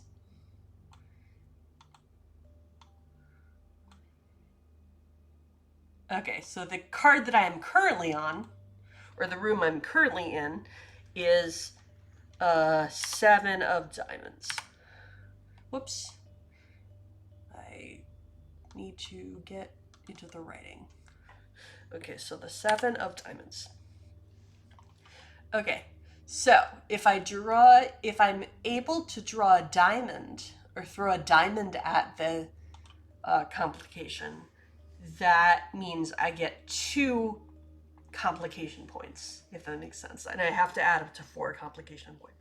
Okay, so one of those is Joker, so I'm going to get rid of that. I'm not supposed to have Jokers in the deck, but I didn't feel like... I only have a deck with Jokers, so I didn't feel like going through and finding all the Jokers. Okay, shoot. So 5 and 9 is what I drew. So let's see. So what I do is I roll 2d6. I got a 2 and a 4. That's pretty good. So that's 6. So that takes out the 5. And then I can add +2 because my lore is +2. So 8. And then 1 more is 9. Okay, so I got a shadow because if it's equal to or lesser than one of the cards, that's shadow. So I believe... So shadow means add either card to the complication stack and discard the other and mark 1 fatigue. Okay, so I'm going to add the 5 to the complication stack, and 5 happens to be a diamond, so that counts for 2. And I'm going to discard the 9. So I need 2 more points, and unfortunately that means I have to add a fatigue. Okay, so 1.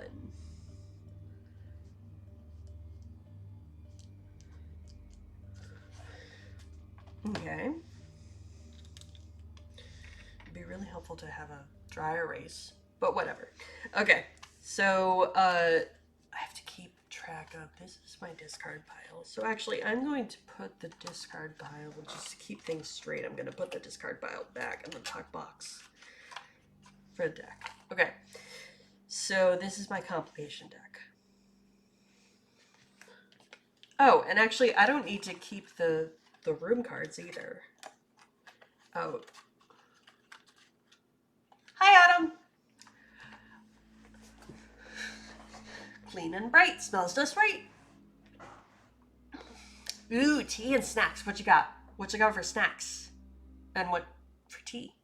Because that sounds exciting.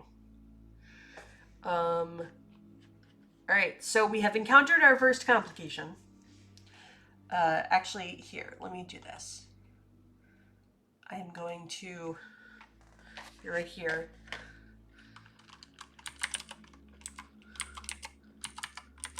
So I have encountered my first complication. My complication was, funny.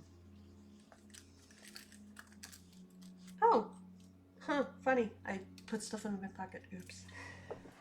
Hold on a sec. Okay. The complication that we encountered was a document trying to escape. So I pictured, like, I don't know if you've read the Terry Pratchett books, but I pictured, like, the library in the Unseen University. They have to chain some of the books down so that they don't get away. And so I pictured, like, literally a document. Ooh, minty. That sounds amazing. A chocolate granola bar and a strawberry yogurt bear paw. Ooh. Awesome. So I pictured like a document, just unfurled and like using its edges as wings and just like trying to fly away. Because I'm a nerd. Okay, anyway, so but that is difficulty 4. So I have at present done 2 out of 4. So I need 2 more resolve a complication points. Right? Let's all go visit Autumn for snacks. I'm kidding. We won't come for snacks unless you want us to. But yeah, so, okay. So now I'm going to try again. So I draw 2 cards. I drew a jack, which is 11, and an 8. They're both clubs, so neither of them are going to count for 2, unfortunately. Yeah. I actually live very close to Canada. I live right on the southern edge of Lake Ontario, so like right across Lake Ontario from Toronto, and can confirm fun place, and people are nice. It's crazy. It's weird. They're nice people in the U.S. I'm kidding, but uh, you know, everybody like, and I should clarify, they're also uh, you know, assholes in Canada too. I'm sure. I haven't met them. All right, so I roll 2d6. I got double fives. Nice. So I got 10, and I can add +2 because my lore is +2. I'm sure you do. I mean, they're everywhere, right? The weirdos are everywhere. Uh, they're taking over in a way, but at least we can be voices sanity in the darkness. Yeah, that's what I meant. All right, so I rolled 2d6. I got 2 5s, so that's 10. I can add 2 because of my +2. I can add another 1 because of my tumble fluff. So that's 11. So actually, I can add both of... No, never mind. I can't add the jack. Okay, so, but I can add the 8. Okay, so that's 1 more point for me. So I've 3/4 solved the complication. And put that, discard that jack. And now I'm going to do, oh, and since it was shadow, I need to mark another fatigue. Okay, so actually I'm going to keep track of my fatigue up here, because doesn't that sound lovely? Wait. Yeah, okay, so fatigue. Whoops, if I can spell it. Fatigue. And I have 2 out of 4 fatigue. Whoops. I don't know. I pressed enter, and that was a bad idea. Okay. So.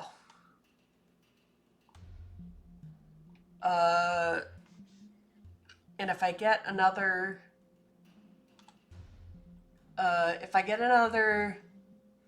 shadow, I'm going to put that fatigue on my...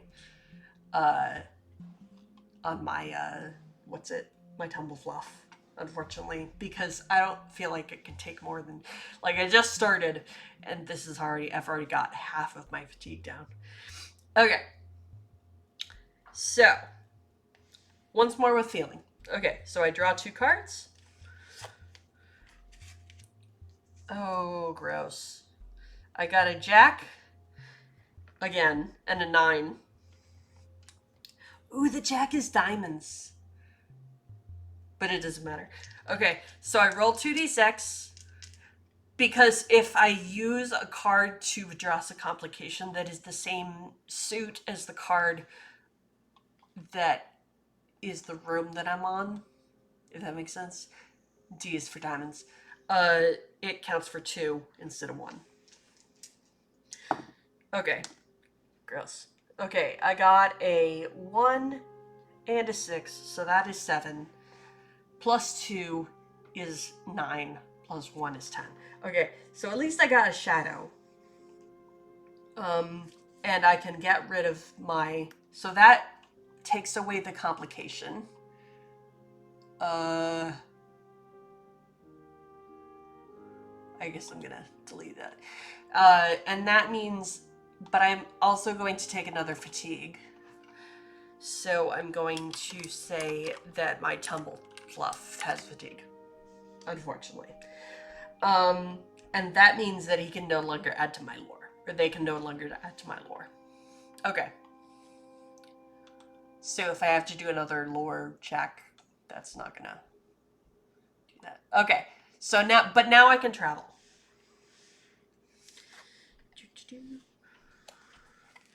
Okay, so I discard these guys.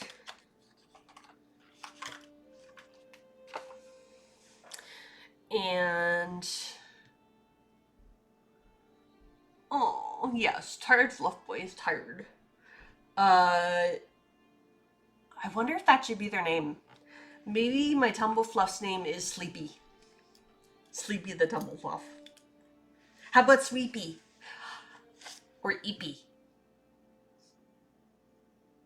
I like Eepy. Okay, so Eepy the Tumblefluff. Okay, so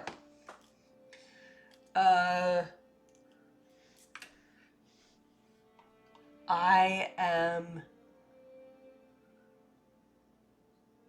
Eepy the Tumblefluff. Okay, wait. So let's do this. Okay, so Eepy the Tumblefluff.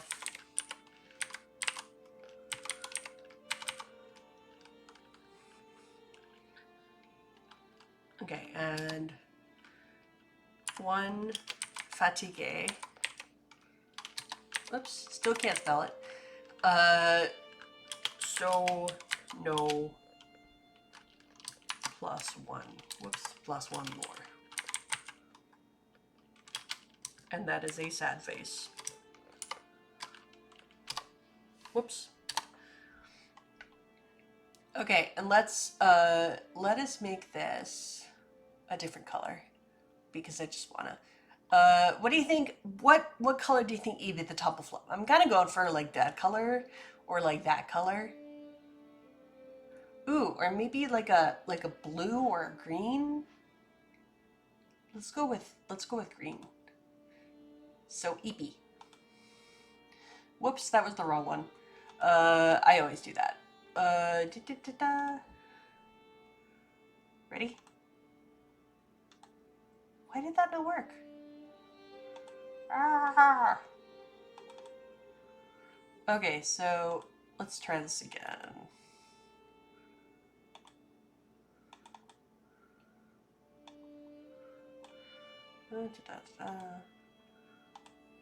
Rawr.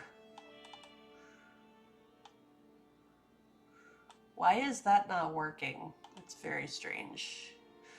How about, what if I do this? Okay, I don't know why that's not. How about that? Oh, there we go.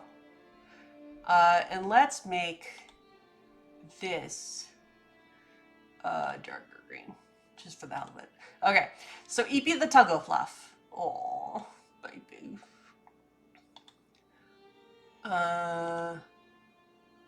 Okay, I like that. Eepy the Tumblefluff. Okay. Oh, and by the way, I found oh yeah, I'm sorry. This is the Librarian's Apprentice. It's showing the little Chiron at the bottom, right? So if you'd like to know more about the game or the music is from Ken MacLeod of Compotech. If you'd like to know more about the game, feel free to yeah. So, and then another thing, exclamation point about, and then it'll give you all the links and stuff. So that you can go find this on the game on itch or in Compotech.com, and then oh no, you're good. You're good. I did not explain it. And you're awesome. So, but another thing that I like to do is I play a lot of like indie games, and I use a lot of like free and low cost stuff because I'm very, very broke. But I feel like people should be recognized and paid for their work. And so, and a lot of like indie game designers get paid like pennies. And so I like being able to contribute. So if you see my Coffee link, which is below my Possum, anything that comes into my Coffee during the stream, I send part of it, let's be honest, most of it, I give to the creators of the games, and I split it between the creators of the games and the person who does the music, because again, Kevin MacLeod is awesome. He makes all of this stuff basically free to use, all of the music basically free, as long as you attribute it to him. And he saves my ass. So I like to be able to give back. And so if anybody wants to donate to my Coffee, part of that, let's be honest, most of it goes to the designers of the games and the music and stuff like that. Because, again, people make awesome things, and I feel like they should be paid because I get to do awesome things with their awesome things. Because that makes sense. That totally makes sense. Okay. So yeah, Librarian's Apprentice. It's based on the Firelight system. I forgot to put in... I should have put a link to the Firelight system, but if you go on itch, the Firelight system was developed by a game studio called Fairy. And they have an itch page and the Firelight system and explaining that. And the Firelight system, it's a solo game system. So they developed this whole thing with the cards and the dice and everything like that. And they make it I forget what it's, I think it's Creative Commons 4.0. And that means that different designers can use the system to make their own games. And that's how this game came about. Which I think is like super awesome. That they share their systems with people. I think that's super awesome. And they don't send Pinkertons after you, because that is like the height of... I just don't want to deal with Pinkertons. Who wants to deal with Pinkertons? So, okay. Oh, and what I was going to tell you is that I did find on one of the pamphlets is the bestiary. And so they have a description of the Tumblefluff. And so a Tumblefluff is a library spirit, a ball of dust, and library debris the size of your little finger. Multiple spirits can temporarily merge into humanoid forms as big as your hand. Which sounds super cool. So I'm literally picturing this little, like, dust bunny. Glowing dust bunny that, like, floats near your head. And I am in love with this image. So, Eepy, my Tumblefluff, is literally like glowing dust bunny that hangs out near my head. And it probably does not do the stupid hey, hey, hey, hey, hey, hey, hey thing. The Navi thing. 90s kid reference, sorry. And yeah, okay. So we have cleared that complication. So I am free to move on to the next room. So to do that, I need to draw 2 cards. And roll my 2d6 and add navigation. Unfortunately, my navigation is +0. But anyway, okay, so I rolled 2 and a 5, and I pulled a 3 and a 4. So I couldn't add anything. Yeah, so, okay. So that means that I got a light result. So let me remember what that says. So when you travel to a new location, roll plus navigation. And if you get a light result, add either card to the map and trade in the other. Okay, which is different than discarding, and I will address that in a second. Okay, so I could add either the 3 or the 4. Actually, it doesn't really matter. So I'm gonna add the 3.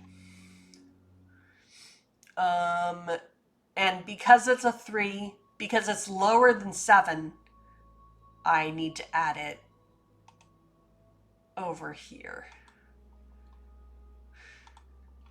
And it is a diamond. So I'm going to add 3D. Whoops. I keep hitting enter. Okay, and I've got to... I'm gonna add the square.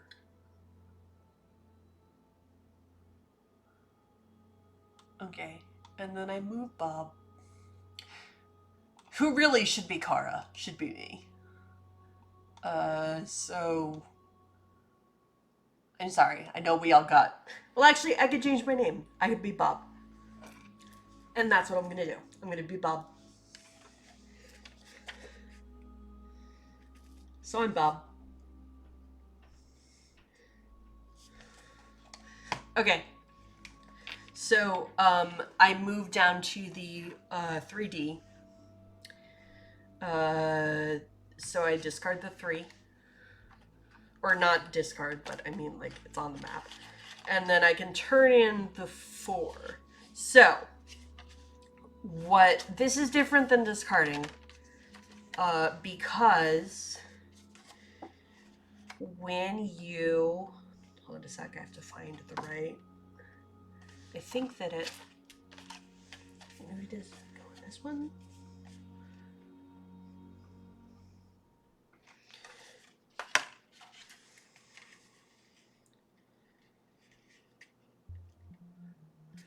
Okay, yes. Some outcomes allow you to trade in cards. After you trade in a card, discard it. Okay, if you trade in a club or a spade, you trade it in for 1 resource.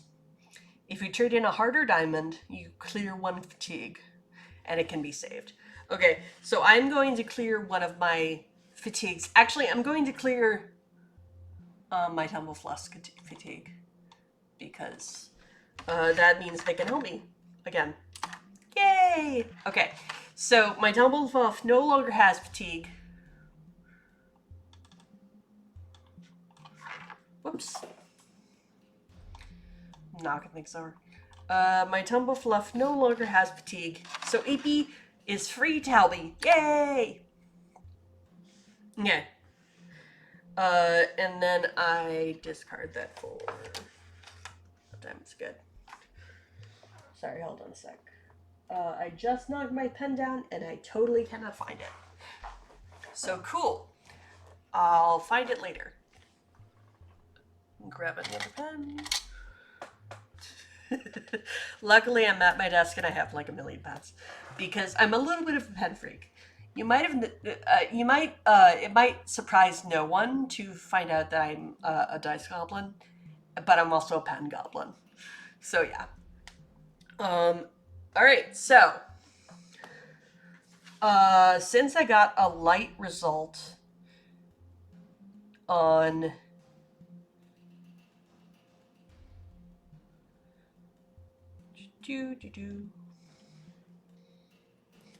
it was super effective.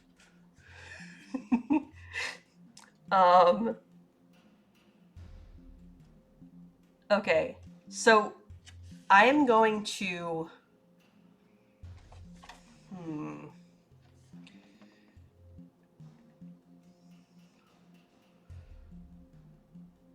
Okay, so when you move to a new room, and the last one had PETA! Welcome in, PETA. Thank you for coming to visit as we stumble around in a library and possibly get lost. Tonight I am playing the Librarian's Apprentice by Almost Bedtime Theater. And you can see a short like details about it on the little Chiron that's running along the bottom of the screen. Or if you'd like, you can type exclamation point about in the chat at any time and find hyperlinks to get to the other. I can word, okay? Wording is a thing I can do. But I haven't seen Pete in a long time. That's why I can't word very well right now. But yeah, so the Librarian's Apprentice. It is so hard. The Librarian's Apprentice is a game that's based on the Firelight system by Fairy RPGs. You can also find them on itch. I should have put it in, but I didn't. But I think it says on the itch page for Librarian's Apprentice that you can find the information. Right? When Word working, it good. When Word not working, it okay. Maybe. Yeah. So this game uses a deck of like poker cards, playing cards, and 2d6, and you can see that my little raven, my character and my little raven are named Bob the Raven. Say hi. And I'm moving from room to room. I started over here at 7C, and C stands for clubs.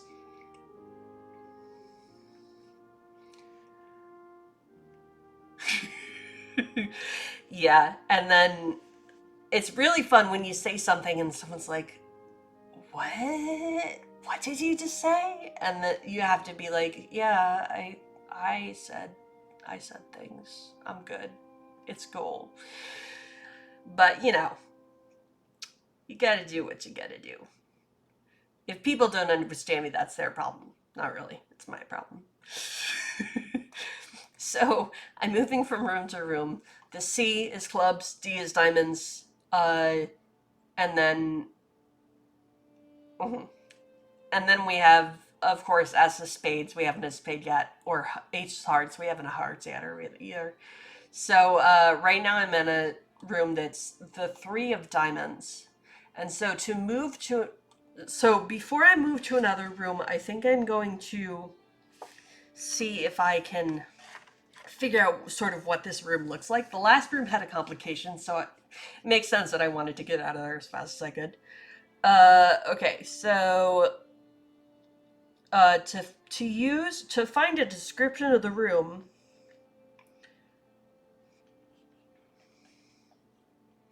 right? I have trouble speaking because my possum snout makes it hard to speak. Yep, definitely. And I might be a human, but it might actually be a human, or I might be like 3 possums in a trench coat. It's totally a thing that could happen. So yeah. I remember what I was doing. We will never know. I might look human, but right now I haven't turned my camera, so you have no idea.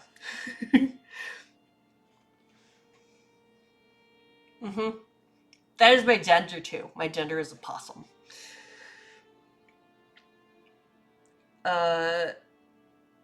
Okay, so let's see. To do the descriptions. First you roll. You roll 2d6, and it's a d6 table. So one of the d6s gives you the tens place, and one of the d6s gives you the ones place. So I'm gonna roll 2d6 and decide which one's the tens and which one's the ones. Okay, so the tens is 5, and the ones was also 5. Very original. So 5 is primitive. The descriptor of the room is primitive. Oh no, ads are starting in like 2.5 minutes. Gross. Okay, So I will do the description real fast, and then we will hang out while the ads go. Primitive. The room has skylights. That's pretty cool. It's primitive, but it has skylights. So I think primitive, I think that means that it's sort of, it looks like, you know, thatched hut kind of thing. That sounds pretty cool. But there's like skylights on the roof. And it's stained by notable meals. Ooh. Ooh. So there's snacks on the floor. Not really. But there's the remnant of snacks on the floor. So, I mean, that sounds fun. I'm kind of into that. Maybe there's like a fire pit in the middle where they made snacks. I know, primitive skylight, just a hole in the roof. Yeah, I think it's like a thatched roof. So, for skylight, it's just like a hole. So, let's see if I can do this.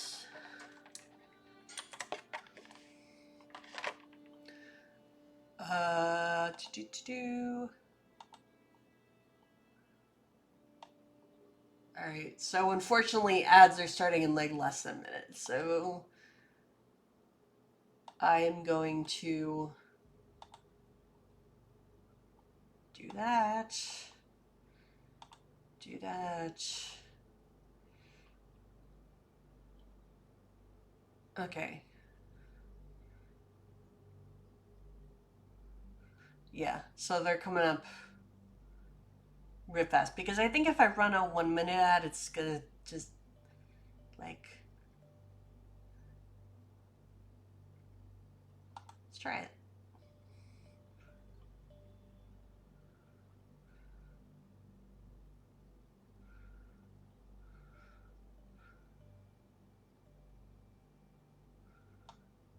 All right, so there's the ad is happening because unfortunately it has to, apparently. Gonna do that. Okay.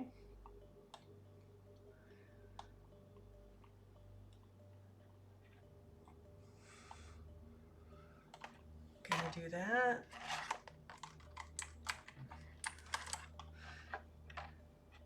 Sorry, pro streamer. I definitely pro streamer. All right.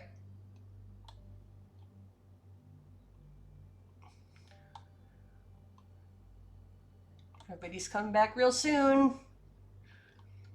And then, yay! Welcome back from the ads. Because ads suck and I hate them. Yeah, so... Okay, let us see. So the descriptor of the room is primitive with skylights, and there's... What did it say? Like the remains stained by notable meals. Which is kind of weird.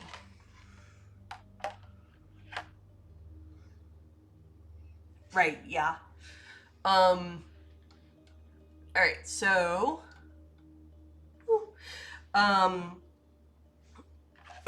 next I look at, I guess, the events and secrets. Okay, so this is a table. Just, I just had to decide which one is, which die is which. So, I again roll 2d6. Oh my god, I got doubles again. So 4 and 4. So, the Keepers of the Forbidden maintain a collection of documents that are impossible to destroy. Ooh. That sounds pretty cool.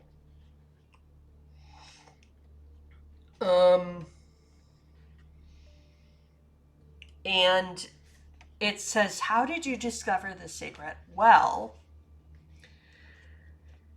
I think I discovered the secret Ooh,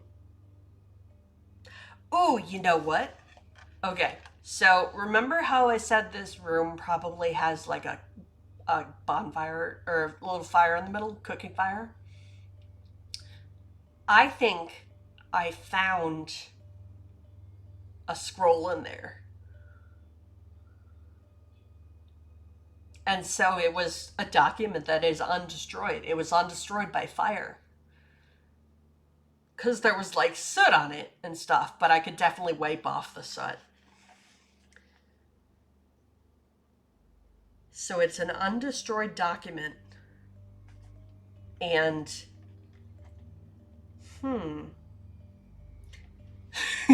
I think I'm picturing it. Okay, this is a library, so I'm picturing it having like a, you know, those, the front of library books where they have the take it out by, do back by things, the little cards. It's kind of an old fashioned library thing. But I think that this scroll has one of those little, like, take it out by things. And so it says, like, property of the keepers of the forbidden. And the document could not be destroyed. Cool. I like that. Right. Right. Where you can put a little card in. It's got a little like envelope thing, and you can put a little card in, and the card says property of. I love it. Okay. I'm into this. Okay, so that is a secret. I don't know what the secret is actually going to do for me, if it does anything. Not really. Also,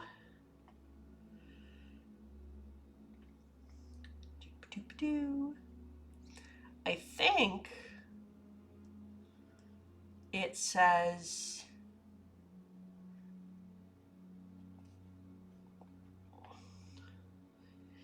okay, anytime you add a face card to the map, a document you seek is present in the area. Okay, so I have not added any face cards yet, but anytime I write 11, you know, the number is 11, that will be a face card. Okay, so I'm going to move. Oh, you know what? I could search this room. I think I'm gonna do that. All right. So, conduct research. When you search for something useful, roll plus research. Okay, so I draw 2 cards. I drew a 6 and 2. And I roll my 2d6. And I got a 6 and a 2. So my research is +1, which means that I got a light result because 9 is greater than 6 and also greater than 2. Okay, so that means that I get to trade in both cards. Cool. Awesome. So the 2 is a 2 of hearts, which means that I can trade it in and get rid of one of my fatigue. So my fatigue is 3 and that. Okay. No. Whoops, I just went up. Good job. Okay. It's 1. It went down to 1. Okay. So I traded in the heart and I got rid of fatigue. And the other one is a club. Okay, so when you trade in a club, you could trade it in for a +1 resource. Okay, so here's what I'm going to do. I'm going to say fatigue. And then resources. I've got a resource. Cool. Okay, so let me just very quickly look again at resources. Okay, so using resources. During your travels, you may discover resources. You can describe them or leave them abstract. You can also spend them at any time. One resource you can add to any action roll. You have to decide before resources, or before rolling, and you can use multiple resources. You can trade 3 resources for find a safe place to rest, clear off fatigue. Or you can trade 5 resources to find a document. Okay, so I think I'm going to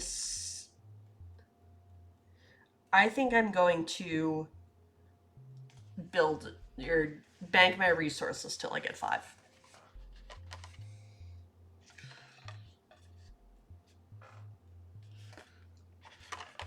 And let's see. I'm trying to find.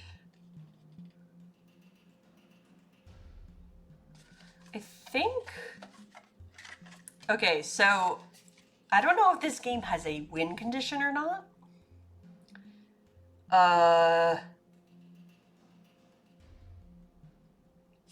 I don't think it does. Because,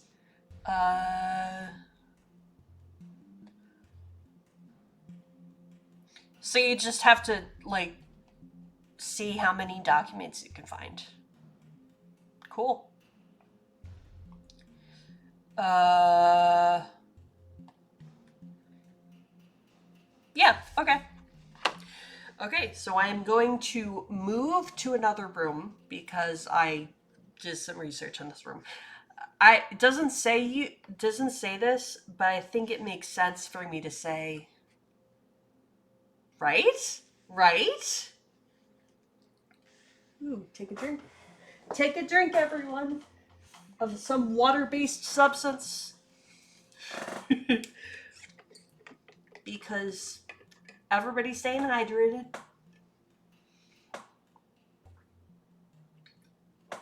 It's a good rule. All right.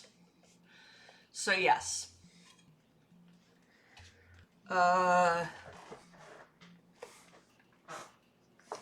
Capri Sun does count because it is water-based as opposed to like oil-based.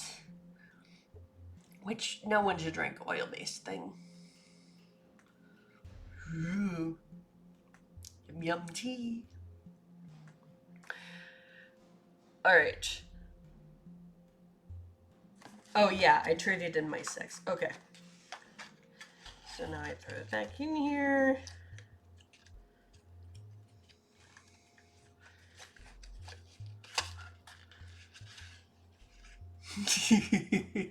Slurp. Slurp, slurp, slurp. Alright, so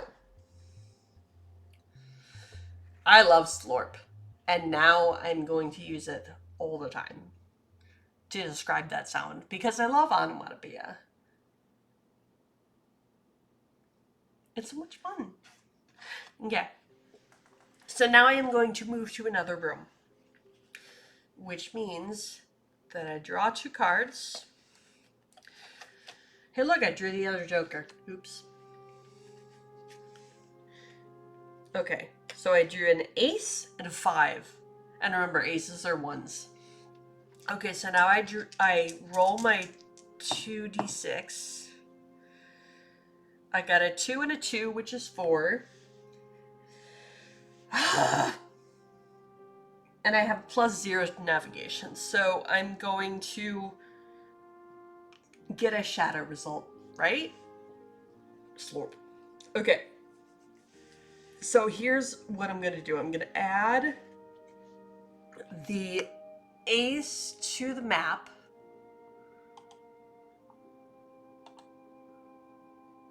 Come on. Why are you not, like... I hate it when... Okay, so the only thing about Roll20 is that it's a little jank sometimes. And every once in a while, and it, like, won't let me move this. I don't know why.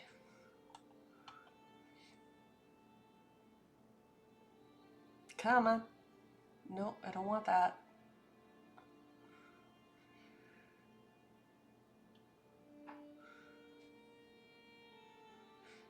You know what? I'm just gonna have to resize it. to like fit. Okay. Do that. Okay. So now I hit this, and it's going to be an ace. I'm just gonna write one. So ace of hearts. All right. And I'm gonna move that. Oh, actually it works. Okay, and I'm gonna move Bob. So here's Bob. Damn it. Bob, be in front.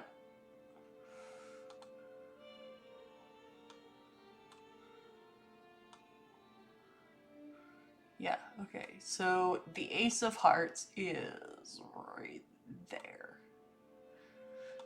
Fine, whatever. Okay. And I got the shadow result, so I have to discard the other one. I can't turn it in. Okay, so I do the description for this room. So I roll 2d6, decide which one is the 10s and which one is the 1s. So that's a 2. So 23. Okay, so I look at the descriptions and I get dilapidated. So this room is a dilapidated garden. Ooh, the category is flying. So I go through the doorway of this like hut, and all of a sudden I find myself in a dilapidated garden that's flying. So I don't know how I got from like ground level to like flying, but somehow that happened because dimensions aren't real. And dilapidated, I'm picturing like an overgrown garden that clearly no one has tended for a really long time. So dilapidated flying garden. I love it. Okay. So now yeah. Like, I can't see underneath it, so I don't know if it's just like levitating or if it has, you know, like a propeller or something. Or like what's going on underneath it. But I can look out and see that there are no walls to this garden room. So I'm picturing a garden that's roughly room sized. You know, the area of the garden is roughly room sized. And there's a door on one quote unquote wall. And there's a door on the other quote unquote wall. And I came through one of them. But there are no walls as such. So I can look out and see that I am flying above the landscape. Like, I can look down over the edge and see that I'm flying. Yeah, I love it. All right, so I'm gonna do the Fence and Secrets thing. So I'm gonna roll my 2d6. And I got a 5 and a 2. Okay, so 5 and 2. Ooh, a colony of bats emerges to feed on bothersome insects. Okay, so it's dusk because obviously bats don't come out in the daylight. And I think there's just this big tree with like a hole in it, like a slit. And all of a sudden these bats come streaming out of the tree. And they're just flying around making their little bat cheeps. And eating all the insects. And I love this. I just kind of want to stay here for the rest of forever. You know? Cheep, cheep, cheep, cheep, cheep, cheep. Alright, but I am going to do some research while I'm in this room. I'm gonna look around the room, see if I can find anything useful. So, again, for research, I pull 2 cards. Okay, so I pulled a queen and a 3. So I'm probably not going to succeed all the way. But I will get over the 3. Okay, I roll my 2d6. And I got a 5 and a 4. So that is a 9. And I have a +1 to research, so 10. Okay, so I got the shadow. Which means that I think I get to trade 1 card in, and I have to slurp. Cheap slurp. I think I get to trade 1 card in, and I have to discard the other card, yes. Okay, so I am going to trade in, they're both hearts, so I'm going to trade in one of the hearts, and that means I have no more fatigue, because I get rid of one of my fatigue. Cool. And then I'm going to discard the other one. Okay, so, now unfortunately I do have to move on from this room, even though I super love this. Slurp intensifies, right? All of a sudden I hear this like slurping all around me in the air. Slurp, slurp, slurp, slurp, slurp. I love this idea, the bat slurp. I hope, by the way, I hope that no one who's watching right now is like having trouble with bats. I can like change them to something else if somebody's having trouble with it. I just love the idea of being surrounded. Personally, I love bats. Good. I'm glad you were having a good time, because I am also having a good time. I'm enjoying this. All right, so I'm going to move on from this room. They are little furry tea peeps. Flying furry tea peeps. Little flying furry tea peeps. Yeah, I love it. Bats are super cool. And I'm very sad to learn that they're not doing well in the wild. Lots of bats are not. Because they're having a lot of trouble with the chytrid.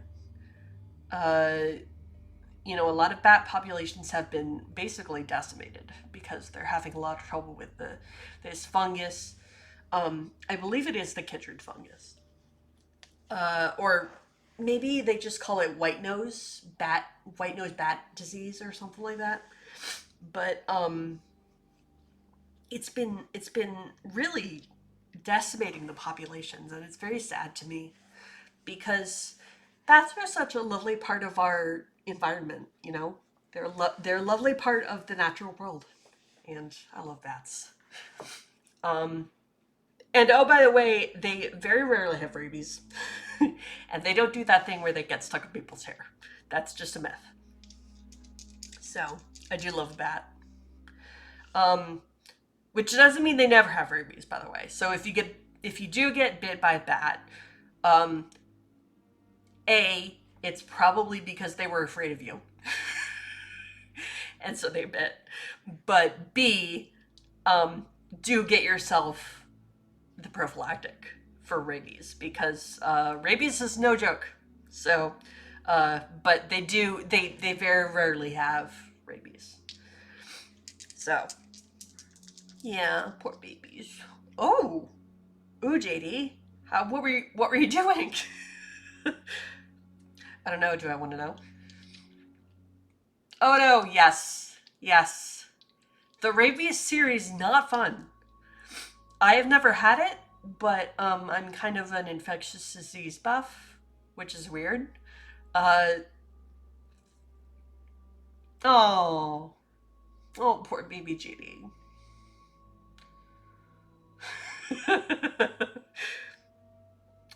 Yeah, poor baby. Poor baby JD. Poor baby Bat, too. Because, yeah, uh, Bat JD does whatever Bat JD does.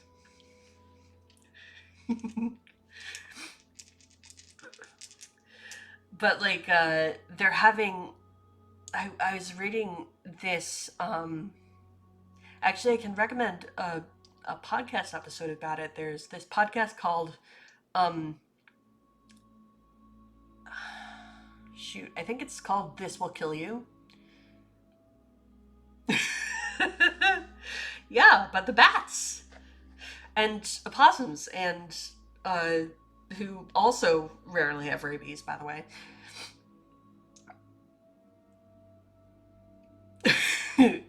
Autumn has been watching from the window. Um, but yeah, it's called This Podcast Will Kill You. That's right. It's about infectious disease, but they have a you're a were detective. Autumn's a were detective. um, and they have an episode on the bat white nose disease. I don't remember exactly what it's called, but uh, it's very heartbreaking that these things are happening, and no one knows what it's coming from. That's the other thing. Uh, oh yeah, they're not immune, but it doesn't work well with their um, physiology. It's something about the. I'm not gonna nerd out about the all the proteins and stuff, but it's something about the amino acids in the possum's body um, that make it hard for the protein to proliferate, and so you are not going to very often find a possum that has rabies. I don't remember exactly what the science is. I can look it up and find it for you.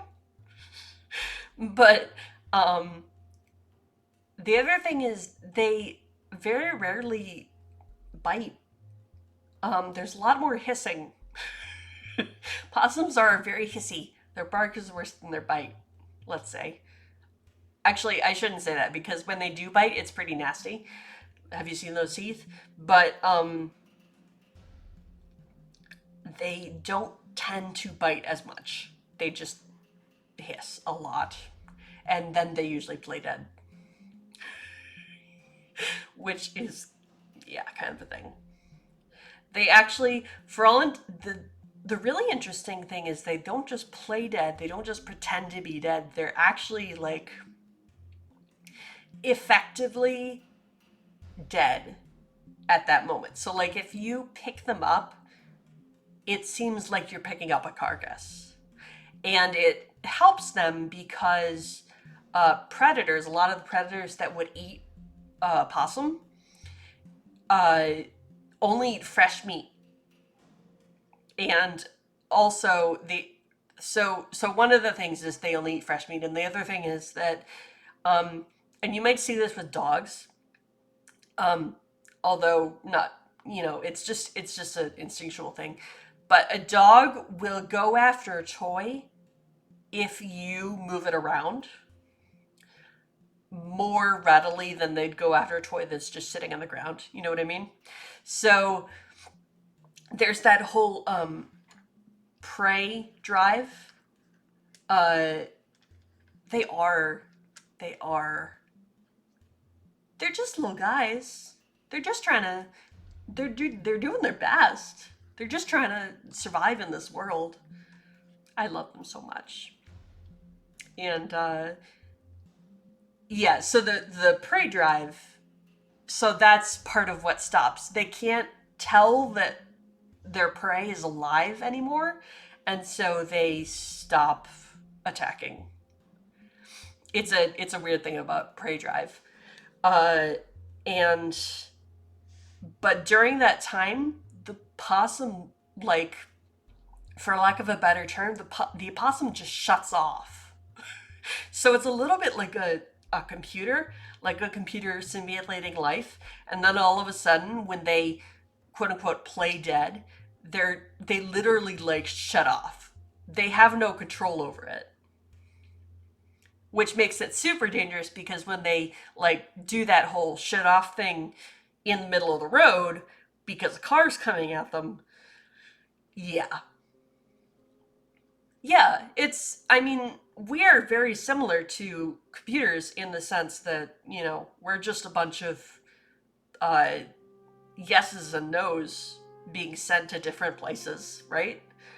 Uh, yeah, so when the possum plays that, it's effectively like, uh, the computer being shut off. And, yeah, but of course the dangerous part is that they have no control. Right, right. And they're still terrifying. And I'm still afraid of the singularity. But, computers are just like us. They can just, logic without emotion, which is terrifying. I'm sorry, I'm not going to go into the singularity. Okay. So I'm trying to move to the next room, right? Because I'm in the flying garden and I kind of want to stay here, but at the same time, I feel like I need to move on and find more resources or whatever. So I draw 2 cards. I drew a 10 and a 6, and I roll my 2d6. Ooh, that was a bad roll. I got snake eyes. So that is 2. And I have nothing to navigate. So actually, I don't win at all. I lose. You lose. Good day, sir. Okay, so I have to discard both of those cards. Right? That's okay. The goal is not to finish. Because that's the same thing as like winning D&D.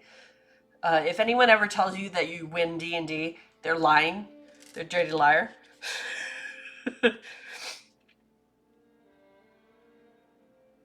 Right, right.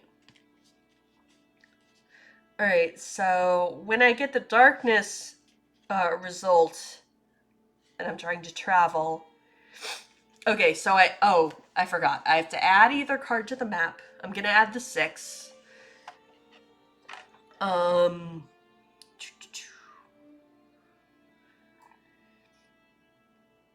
Actually, I'm gonna add the 10, just because. Okay, so I add either card to the map, discard the other, and I discover a complication at the new location. Okay, so I'm going to add a 10 somewhere. So it says that when the next room has a number that's higher than the current room, you put it above. So unfortunately, I don't know how I'm supposed to put it above. Am I supposed to put it like up here?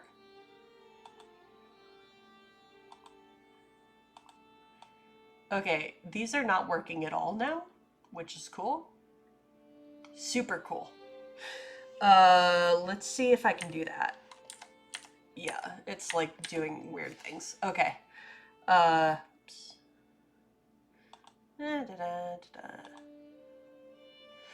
Okay, so what if so I'm just like moving stuff around like this. Resizing. Okay, so do I put it up here or should I just put it next to it? I think that means that I should put it like up here because I'm supposed to put it above. So that's my best guess. And I'm gonna put, so that is a 10. of diamonds. Okay, and I move that. Where's my mouse? I move that. Whoops.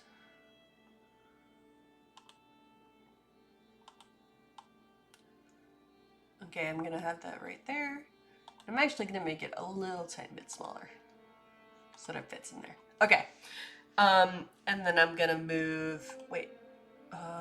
Send him to front and bring. And Bob goes over there.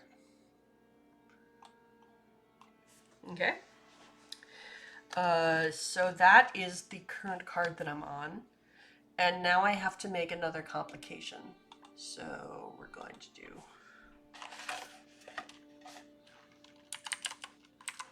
complication. And we're going to talk about difficulty in a sec, but I need to roll for the complication first. Okay, so I roll 2d6. And I got a 56.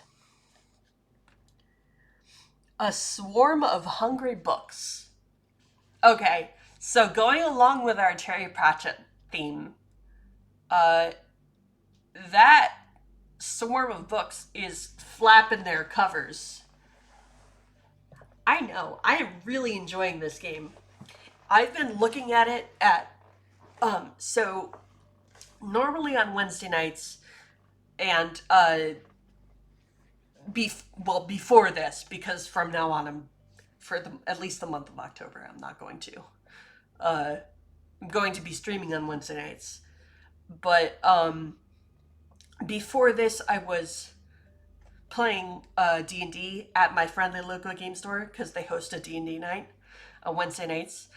And so for a few weeks, I was walking past this game sitting on the shelf and going, maybe I want to get that. It looks kind of good. Maybe I should get that. And so I finally jumped it and purchased the game. And I am really glad that I purchased the game because I am having a lot of fun. I mean, some of these are duds and some of these are like really, really good. But I am really enjoying this game. And of course, they all help with my life goal of playing like as many RPG systems as I possibly can. So yeah, this is super fun. Okay, so the complication, the swarm of bad books, hungry bad books, is difficulty 8. So the complication is 0 out of 8. Okay. Okay, so now address the complication. So now I'm going to try to address the complication. And my room is a diamond? Okay. So I draw 2 cards. 2 and 9, both spades. And I am going to roll 2d6 and add my lore. And because Tumblefluff is no longer fatigued, they can help me with my lore. Okay, so 3 plus 3 is 6, plus 2 is 8, plus 1 is 9. Okay, so that means I got a shadow result, unfortunately. Okay, so when you get a shadow result, when you're trying to address a complication, add either card to the complication stack and discard the other and mark 1 fatigue. Okay, so it doesn't matter which one you add to the complication stack. Okay, so I add 1 to the complication stack, I discard the other, and I mark 1 fatigue. In other words, I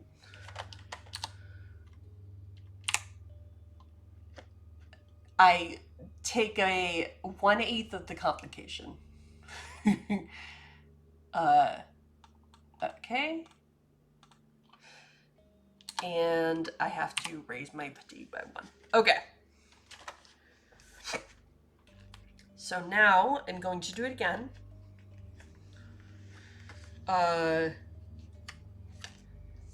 Ooh, I got the Ace of Spades, which is not a great card because it's a 1.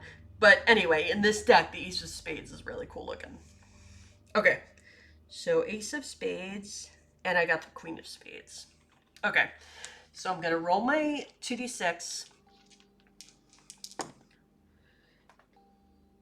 6 plus 3 is 9, and then I'm gonna add 3, so that's 13. No, 12. I'm sorry, math. But actually, that means that I got over both of them. Cool. Is that right? 6 plus 3 is 9. Plus 1 is 10. Plus 2 is 12. Yes. So I got over both of them. So I got a light result. And when you get a light result, you can add both of the cards to the complication stack. Awesome. Okay, so...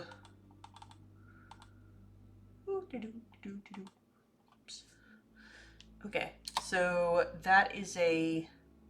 So I add 2, so that's 3. And I do not take any fatigue for that.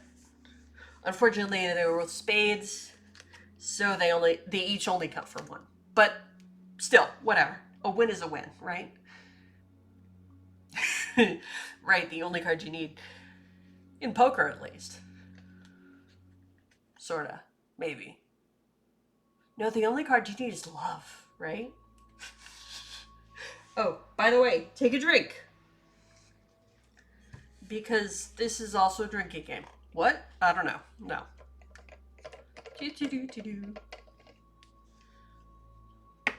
Alright.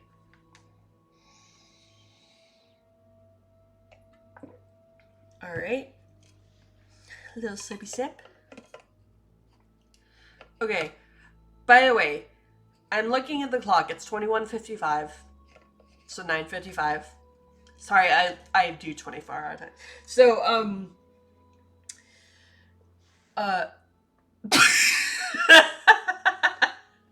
slurp. Okay, so, I usually go till, like, I usually go till, like, 10 or 11. I think I'm gonna go to 11 because I'm really enjoying this. But I am gonna do the hard stop at 11 because, when I play for longer than that, I find that I, like, my voice starts to go. Okay, so I'm gonna play for another hour. So let's see what we can get done in an hour. Okay. Alright, so I'm gonna draw 2 more cards. And I apparently... Ooh, Worlds with that number. Have fun with that. That's gonna be super cool. I have not played with Worlds Without Number, actually, so I have to get on that. Maybe there's a solo version of Worlds Without Number. Worlds Without Number is... Well, actually, Peace can probably explain it better than I can, because I've never played it. But it is an RPG. Oh yeah, yeah. If I remember correctly, it's a rules light, and you can kind of... Ooh. I will be looking into that. Oh, I love Old School Revival. That's awesome. So, like, Old School Revival is, I do know about OSR. So OSR, Old School Revival, is, like, stuff that, you know, it's before everybody's favorite, the world's most popular role-playing game. D&D. I'm not supposed to say it. But anyway, OSR is sort of like the original. It's a lot more, it tends to be a lot more brutal than D&D, but I like it because the rules are quite a bit simpler. And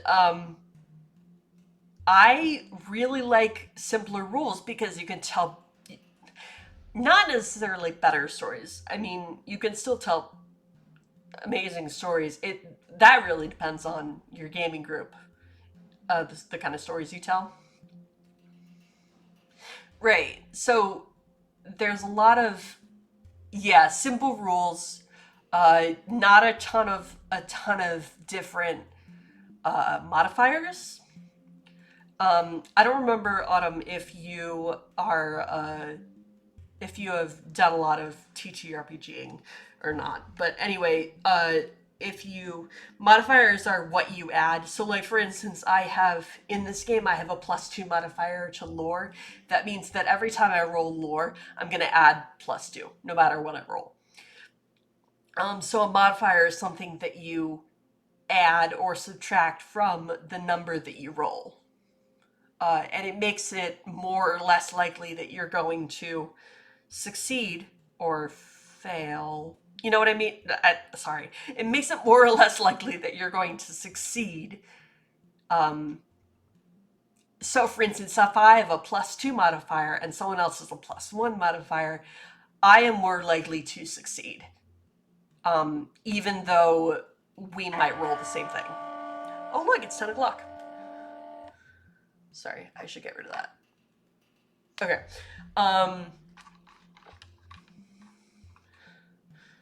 And yeah, so OSR has a lot less modifiers.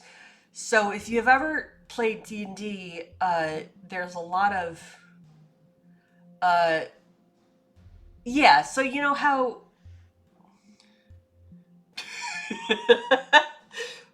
wait, it is 9 p.m. No, it's 10 p.m. It is 9 p.m. somewhere. I'm on the East Coast, if you can't. East Coast in North America, if you can't tell. But because I know that we have people in the UK in this chat, and well, Canada goes for both coasts, so I don't know exactly what time zone you're in, Autumn. And then Peace, of course, I do not know what time zone you're in. But so what was I saying? Oh yeah, like so when you play D&D. Oh, okay. So yeah, when you play D&D, you have to add. There are a bunch of different things that you calculate based on stats, and then you have secondary stats. Okay. Yeah, so it's not quite 9 o'clock for you yet. Peace. Yeah, and so it's like super complicated that you have to like have stats and then secondary stats that you build off of those stats.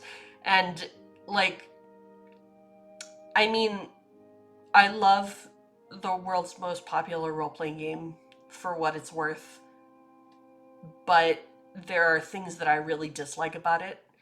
I think the thing that I most dislike about it is Pinkertons. But yeah, OSR is a lot simpler. And so it's really just a joy to play the same kind of stories in a simpler setting. I'm going to shut up now because I think I'm losing everyone. Because I'm nerding out about, but whatever. Okay. So I was doing another lore roll. I pulled a 3 and an 8, and they're both spades. So I roll my 2d3, 2d6, and I got I got double sixes. So that's a 12. So I got a light result, which means that I get to add both of these to the complication pile. So my complication deck, I have taken care of 5/8 of the complication. Oh no, you. As you may have noticed, I derail fine just by myself. So, you know, uh, but we're a bunch of friends, just like hanging out. And, if somebody mentions something and you like to talk about it, I like thinking of a stream as a bunch of friends just hanging out playing a game because I liked when I was younger watching my friends play games and just hanging out, and people were always like, "You like just watching?" And I'm like, "Yeah, I'm a voyeur," but no, not really. Um, but yeah,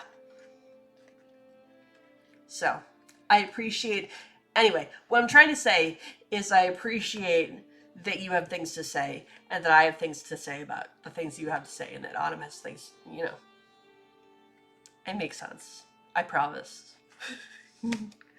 Okay, so I drew two more cards. I got a 5 of hearts and a 10 of spades. Right? And there's big comfy chairs and like you're all sitting around like a coffee table and some of you have your feet up on the table and we all have snacks on the table. I like the imagery. So my goal is to make my stream as much of a like everybody's hanging out and chatting as possible. And I just happen to be playing a game. Okay, so 5 of hearts, 10 of spades. I rolled my 2d6. I got a 5 and a 4, so that's 9. Okay, so I got a shadow result, which means I get to add one of the cards to the pile. It doesn't matter which one. So I have now addressed 6 eighths of the complication. I'm going to take 1 fatigue though, because shadow means I take 1 fatigue. And yeah, that's all. I think, right? Hold on, let me just look. Yes. Okay, that is correct. Okay. You broke the lamp? I love lamp. Right? Exactly. I'm doing the same thing as Autumn. We are standing together with our hands on hips and saying, JD, and the laugh track is going in the background. All right. So, oh shoot, I drew another 2 cards, and of course, one of them is a jack, so that's 11. And I've got a heart and a diamond. So the other one is an ace, which means I will probably, well, I can't not succeed partially. Oops. Okay, so 1 and 5 is 6, which means that I got a shadow result, meaning I get to put one of the cards towards my complication. I'm going to put the diamond, which means that I get 2. So actually, the complication is going to go away because 6 plus 2 is 8. But since it was a shadow result, I'm going to take 1 fatigue.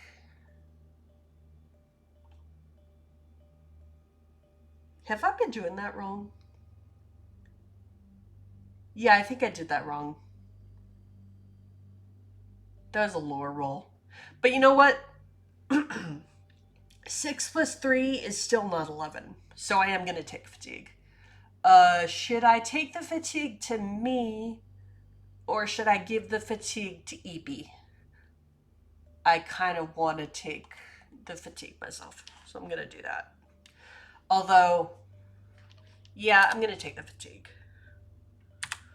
So EP can still help me on the lore rolls. Okay.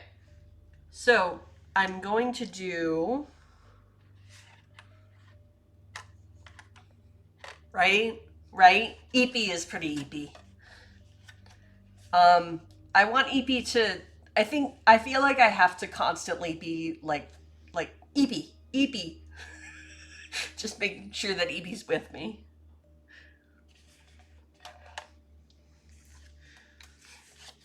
Okay. So, I'm gonna roll on the descriptions page, and I got a 66. Ooh, this sounds fun. Okay, so this room is a well-traveled room with workbenches. And the category... Hold on, I'm gonna real quick look up what they mean by category. See if they tell us. Because the category says written by undead.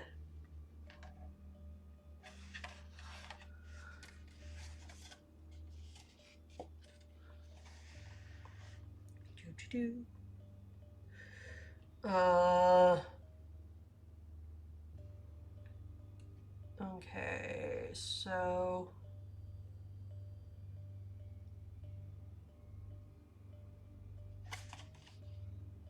Oh, cool. There's a lot of inspirations for this.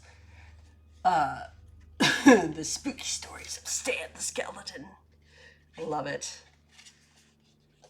Maybe I find a book called The Spooky Stories of Stan the Skeleton.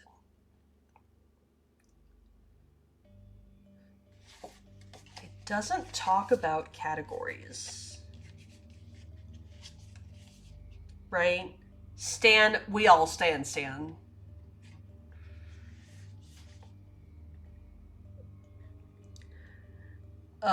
Stan is basically the coolest. We all stand Stan. Okay, it doesn't talk about categories, really.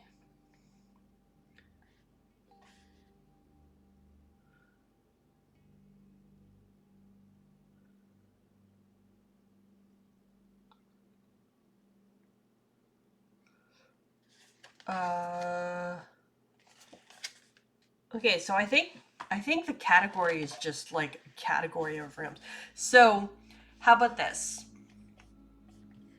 It's a well-traveled room with workbenches, and around the walls are not bookshelves, but you know the... What's the word I'm looking for? You know, like scroll shelves?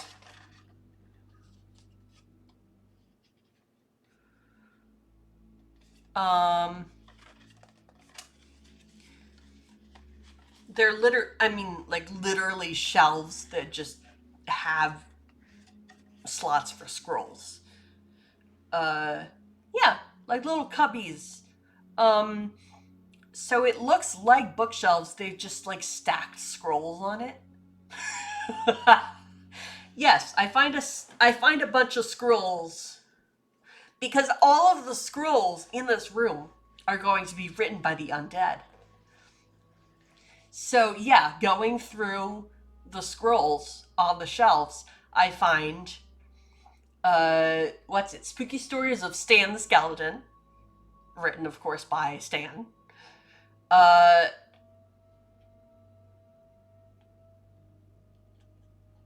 find Brains and My Other Loves, written by the decaying, shuffling zombie corpse of Tony.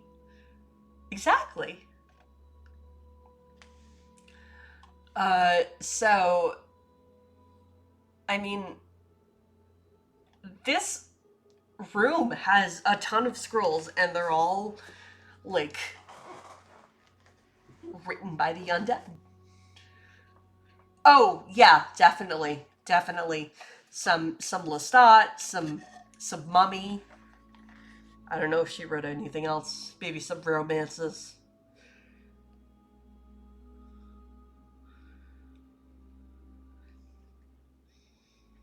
Yeah, and the scrolls are all like. I bet the room smells really musty. Like I walk in and the room smells really musty, like old paper.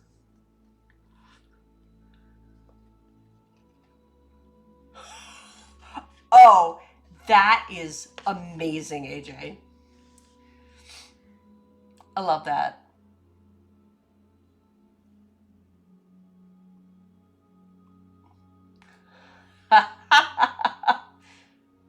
I love that. I love that so much. And ethereal divorce. That is chef's kiss.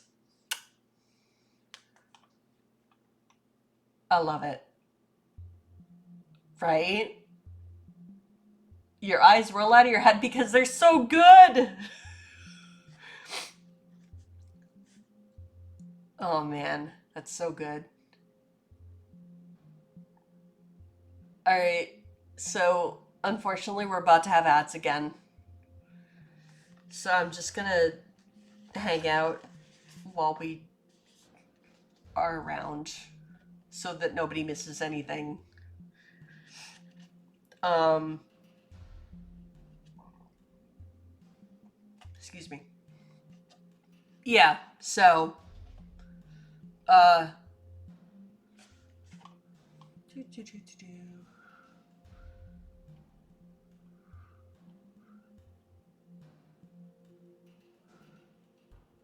Yep.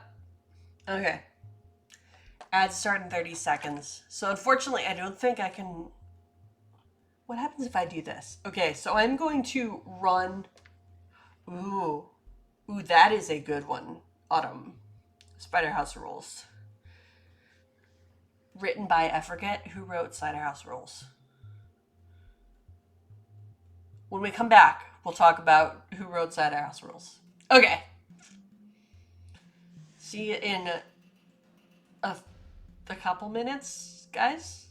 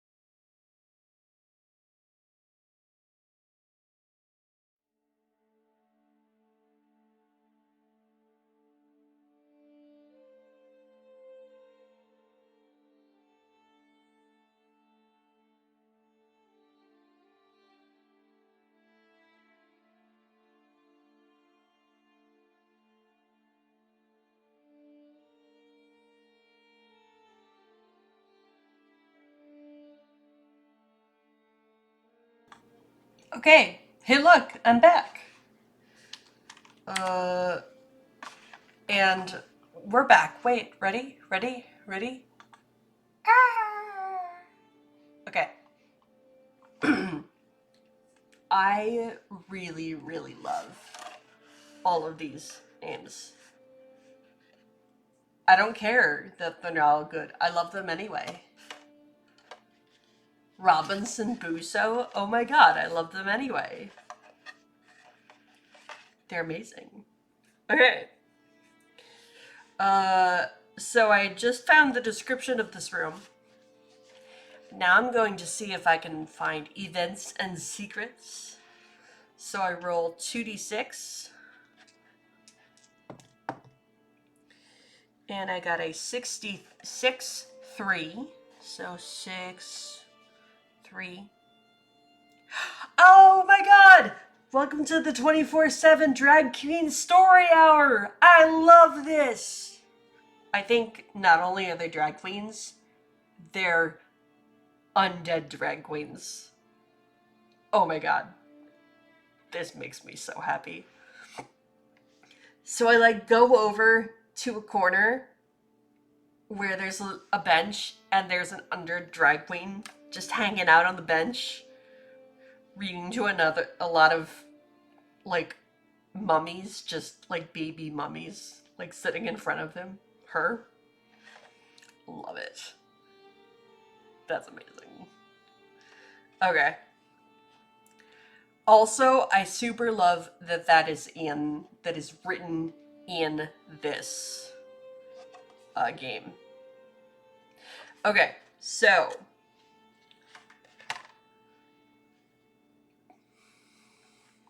oh no, never mind. That wasn't travel. Okay.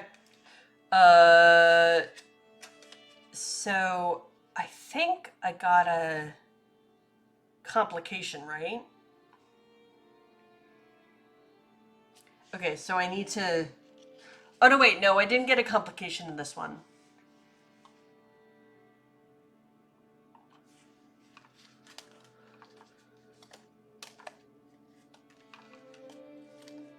Because I got a shadow outcome. Okay, so I did not get a complication in this one, which is good. Oh, I am going to do research. Okay, so I'm going to conduct research, roll plus research. Okay, so I draw 2 cards. I drew a 4 and a 7. Then I roll my 2d6. And I got 3 and 6. And I have a +1 to research. So that is definitely above both of those. So I got a light result for research. So I get to trade in both of them. Cool. Okay, so one of them is a heart.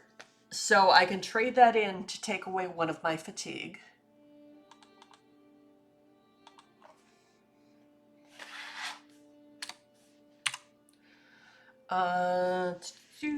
And one of them is a club, so I can trade that in to get a resource.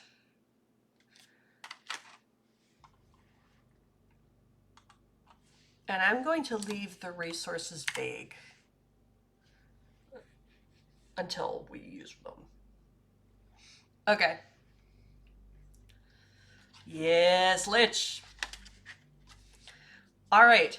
I think I stay here and hang out and listen to the drag queen tell the story for a while.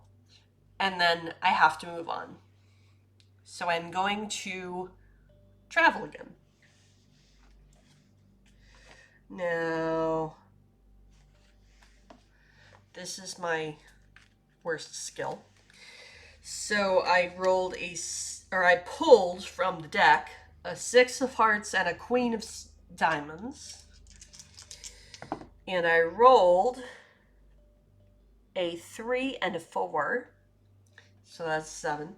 So I got a shadow success, which is a partial. success. Okay, so I'm gonna put down one of these. I'm gonna put down the queen because that is my first face card. And since it's above 10, yes, 10. Whoops. Since it's above 10, it's going to go up here. See, now I can move these things because fuck you. Bye, Peace. Thanks for stopping by. I hope you have a super fun time with World Without Number. And, yeah, I'm having so much fun with this game. I'm definitely going to play it again. And, yeah, I'm only going to go for another, like, half hour anyway. But we will do... Whoops.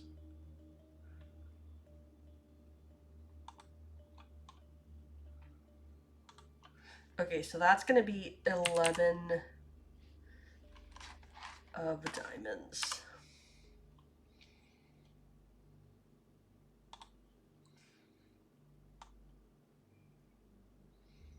Okay. There we go. And I'm going to move Bob. Oh, wait. I have to put Bob on top. Bob on top. Okay. There's Bob. Okay, so... 11.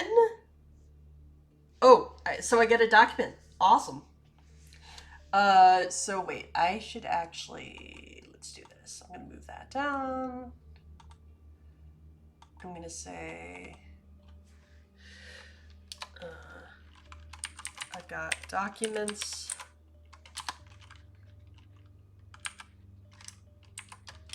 I've only got one right now. So, the shadow means that I have to discard one of the cards. And, hold on a sec, let me check. Yeah, I just have to discard it. Discard the other. Okay. So, I get to roll. I'm excited. I get to roll on the document formats table. Okay, so this is another 2d6. Okay, so that is a 21. So my document takes the form of, ooh, okay, that is amazing. Drawings on a fire. That is super cool. Okay, so I think that means that there is, right?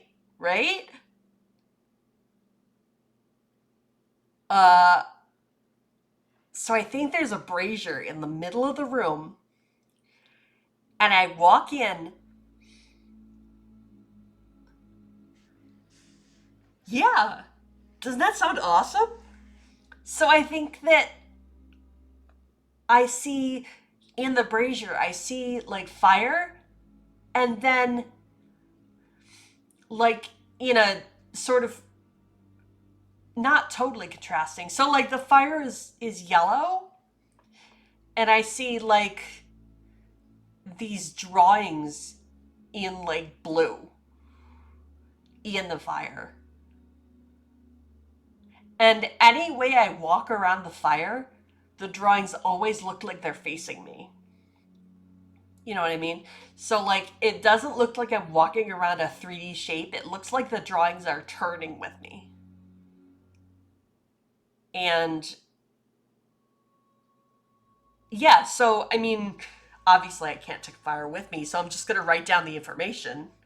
Like Bob would just write down the information. But yeah, I think that I write down the information in the fire that I see in the fire. It's so cool. I love this. Okay, so I could do a description for this room as well, although I feel like we kind of already did. I might as well. I'll do a description. Okay, so I rolled 2d6 again, and I got a 61. Okay. Oh, I love this. Okay, so the descriptor of the room is shifting. The feature is stained glass. And the category is survival guides. Okay, so how about this? How about okay, so I walk into this room and one of the walls of the room is entirely stained glass. And it casts this really beautiful colors across the room. And then piled in front of the stained glass wall are a bunch of books, and I look at the books and they're all survival guides. Like how to survive in the desert and surviving in the swamp for dummies and stuff like that. So is the fire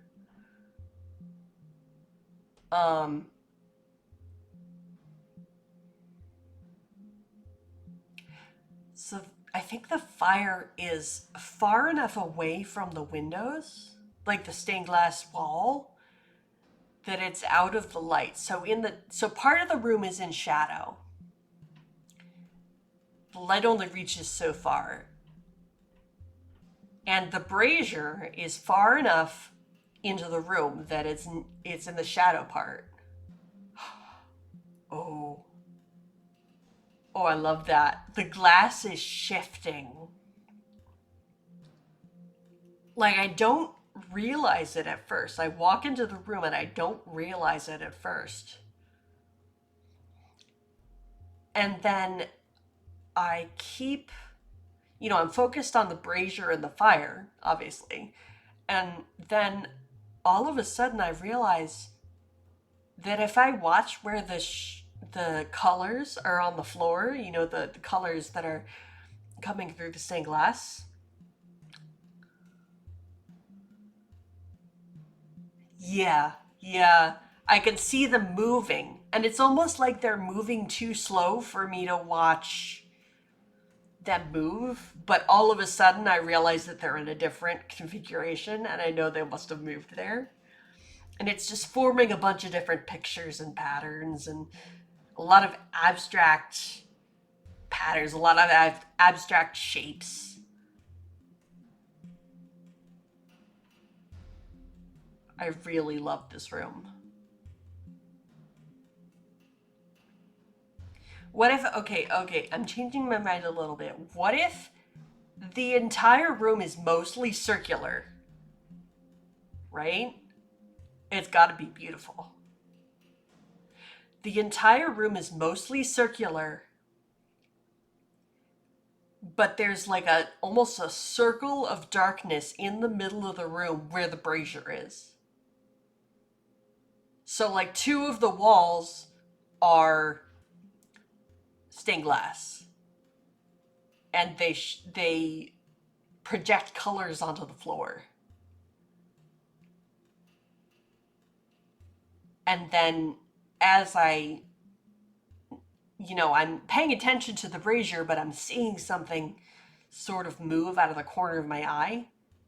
And every time I look at the projections of the stained glass on the floor, they're different. They're slightly different. Ooh, it's a little bit creepy, but it's gotta be gorgeous. I love it. All right. So I think I'm not actually gonna linger in this room because, oh wait, no, because stacked against right? Right? It's like looking at something that's insanely, like, I don't know, uh an insanely, you know how, like, looking at a blue ring octopus, they are so beautiful, but they can kill you. So I'm unnerved because, like, I'm so close to this thing, but at the same time, oh man, it's so beautiful. I'm just looking at this gorgeous display of color and light. I love it. I love it. All right, I am going to try to find events and secrets in this room. So I roll 2d6 again. And 2 and 3. Okay, so 2, 3. Okay, a window here opens onto a tropical island beach. I think that sometimes, like, if you go up to the windows, you can notice that this, like, room is situated, like, on a tropical island. So, like, you can see it through the windows. Excuse me. But, you know, if you're not paying attention, if you're not, like, looking at it, you know how you can see, like, through stained glass, but only if you go up close to it? It's that kind of thing. So again, it's another case of I was in a room and then all of a sudden I'm, you know, when I walk to the next room, I'm in a completely different place. It's like I was on the ground and all of a sudden.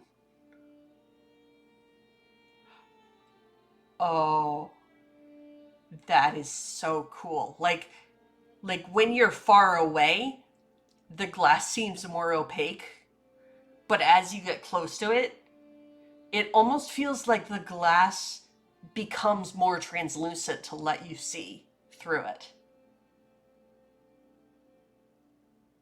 Yeah, I think this room, it sounds gorgeous and it also sounds a little bit terrifying. Kind of like a cosmic horror sort of room where, like, this is gorgeous, but also I feel like I could die. I love it. This is amazing. Okay. And then, of course, the last part of this room is... Nope, sorry, that was the last part. The events and secrets. Oh, the last part, no, the last part is that I can do research to see if I can find anything to help me. So I think I look through the stacks of books that are stacked up by the windows. And, you know, there's mostly survival guides, but maybe I'll find something useful. So I pulled a 3 and a 4.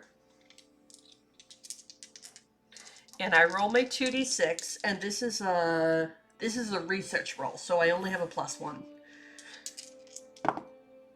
Okay, so 5 and 4 is 9, so +1 is 10. So I got a light result, which means that I can trade both of the cards in, and one is a club and one is a spade. And so when I trade in clubs and spades, I get resources. So I can mark down that I've got 2 more resources. Cool. Okay. Let me real quick, because I feel like I have resources and I haven't been using them. Oh, that's right. I was going to wait until I had 5. You know what? I think I'm going to use them. Because, well, I'm 1 away from having 5, and 5 would get me a document. Or I could use them to add to a roll.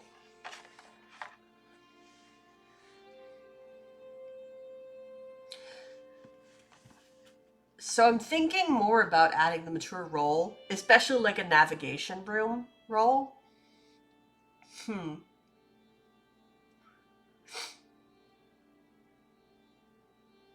But I have to decide before I roll. Let's keep that in mind. Let's just keep that in mind. Okay, now I'm gonna travel. Okay, so I pulled 2 cards. I got a 9 and a 10. I got a plus 0 to navigation. So you know, actually, it might. What if I add a +1, and that would take away one of my resources? I could add a +1, or I could even add a +2.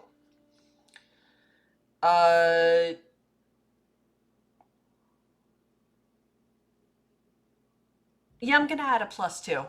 So I'm gonna use 2 of my resources. Okay. So I have a +2 to this roll. Remember, I have to beat a 9 and a 10.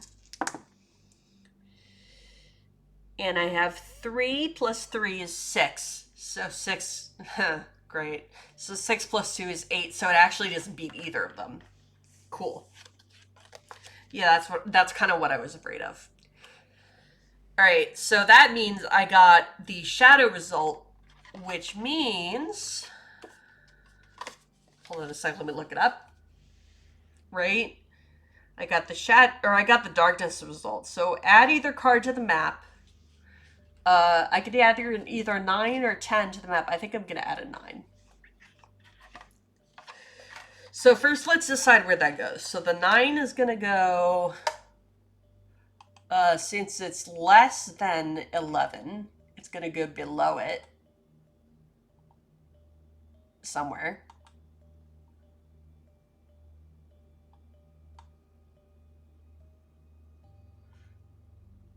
Okay. So that's gonna be where I'll put it. And that's a 9, and the 9 is a diamond, so 9 of diamonds. And that's going to be important because I'm going to get a complication.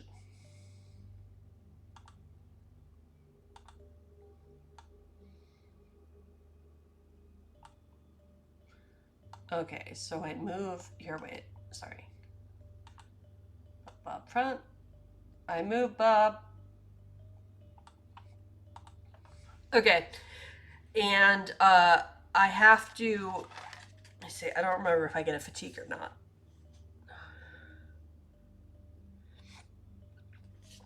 No fatigue, but complication. Okay, so now I have to roll for my complication. Hold on a sec. I'm gonna put my complication. And we're going to move that up here.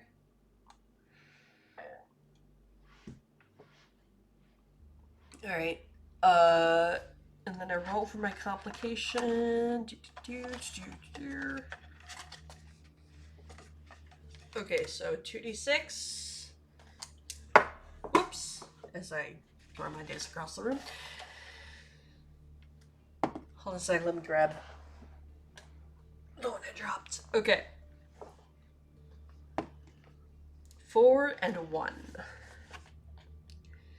Okay, so 4 and 1. A nociphage. Okay, so looking at the bestiary. By the way, nociphage is difficulty 6. So 0, 6. Okay. Looking at the bestiary, it says that a nociphage is also known as a book licker. Ew. A withered husk of a person from the burn section. Ew. Steals words and knowledge from documents by licking them. The content appears on their skin like tattoos. Ew, gross. So, I think this is kind of what you would call a baby nosiphage.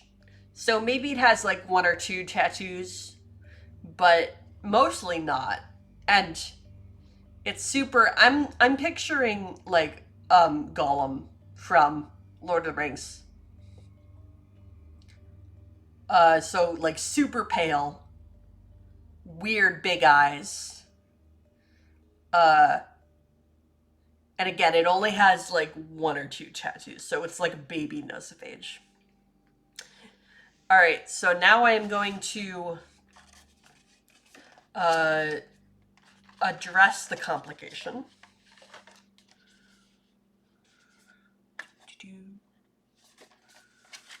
Sorry, hold on. Okay. When you address a complication, roll plus lore. Okay, so I have a +3 to lore, and again, because EB does not have a fatigue, they can help me, so +3. Okay. Oh, right, I have to draw. I'm trying to roll before I draw. Okay, so I got an ace and a 6, which is a 1 and a 6. And I roll my 2d6, and I got 2 4s, so that's 8. So I don't even have to do the thing, do the modifiers. Those beat both of those. So I got a light result to address the complication. So that means I add both cards to the complication stack. And unfortunately, neither of them was a diamond.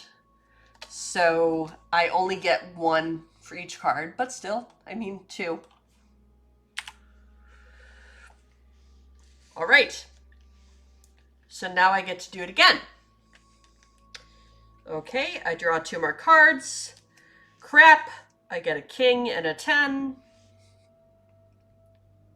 I have a +3, so it's not as bad as that. I think I'm gonna use the resource. So down to 1. So that means I have a +4. So I roll my d6s. 3 plus 4 is 7, plus 4 is 11. So close. Okay, so that's a shadow result because I beat the 10, but I did not beat the king. So I'm going to add the diamond.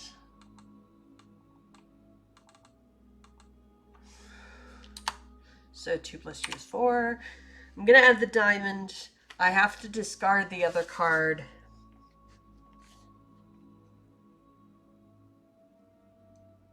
And I marked 1 fatigue. Okay. So my fatigue is now 2 out of 4. All right. So now I just keep going. So I draw 2 more cards. And I drew, a 4 and a 2. Nice. I bet I'm gonna beat these. Okay, so I roll my d6s. I got a 3 and a 6, so even without the modifiers, I beat both of those. Okay, and that means that the complication is gone. You know what I'm gonna do? I'm just gonna do that. All right. The nosiphage is gone. All right. So now this room, let's see, I have not done anything in this room besides deal with the complication, right? Yes.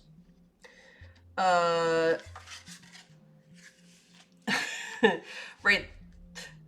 One of the tattoos on the nosiphage was Felicia. It was so weird. All right. So I'm going to... Okay, so the first thing I'm going to do is description. So I roll 2d6. That's a 33. Ooh, okay. So the description is this room, fungal instruments medicine. So I think we've walked into a laboratory. It's kind of a disused laboratory. Like, uh, it's pretty dusty and musty. Like, we walk in, it smells like an old basement. Uh, there's like 2 or 3 lab benches scattered around, and I can see like chemical setups, like alembics and filters and flasks and stuff like that set up on the and test tubes and stuff like that set up on the benches. There's a few hot plates, Bunsen burner kind of things.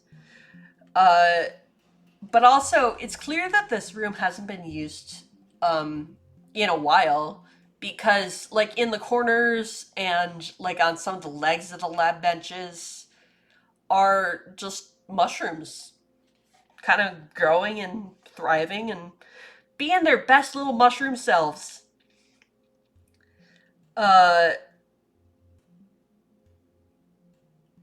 and so, yeah, I think the walls of this room are dirt. So this room was clearly carved. Uh,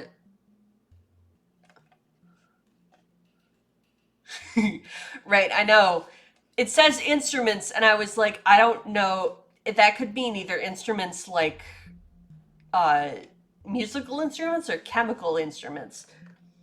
So if we get fungal instruments again, we'll make it like musical instruments.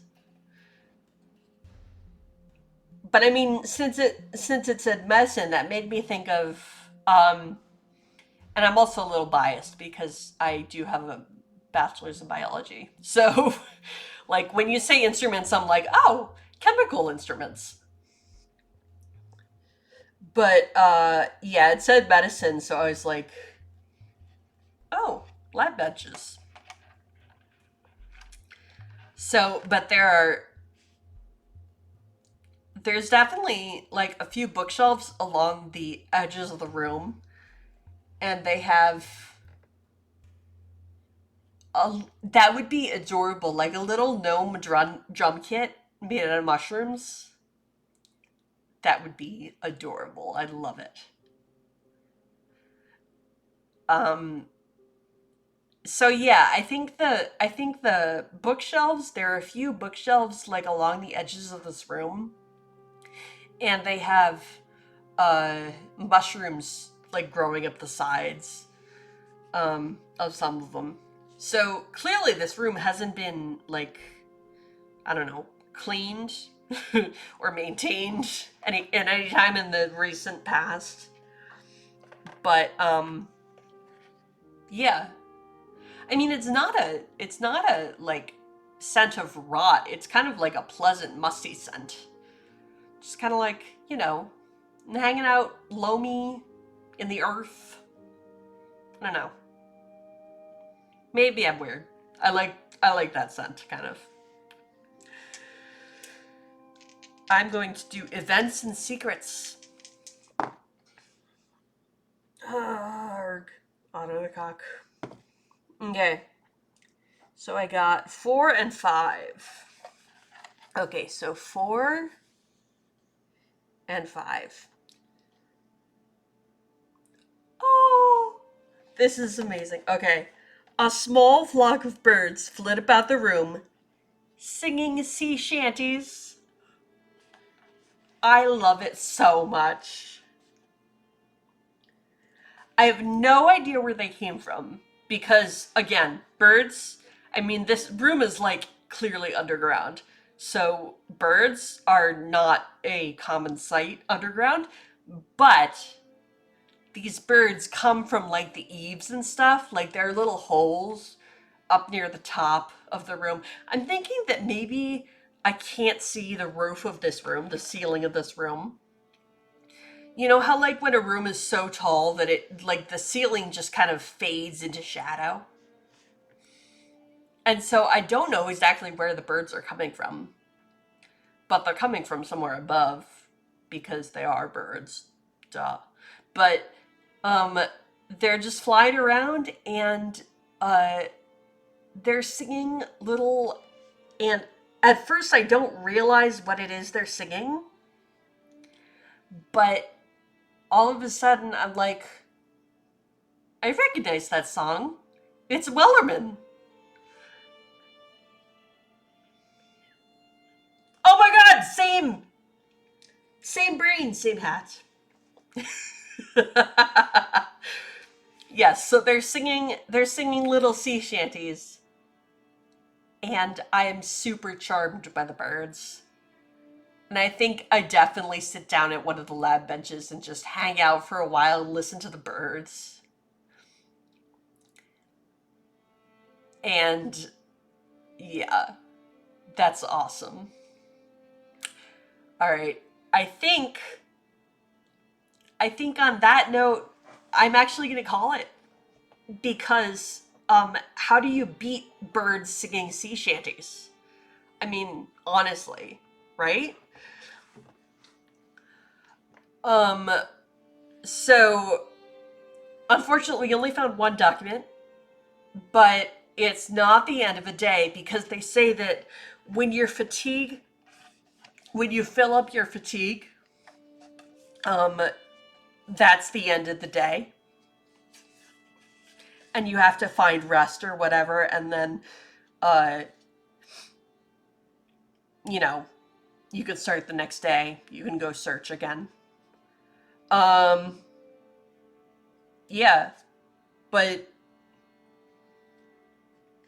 so that's, we haven't finished the whole day, there's still time to go searching.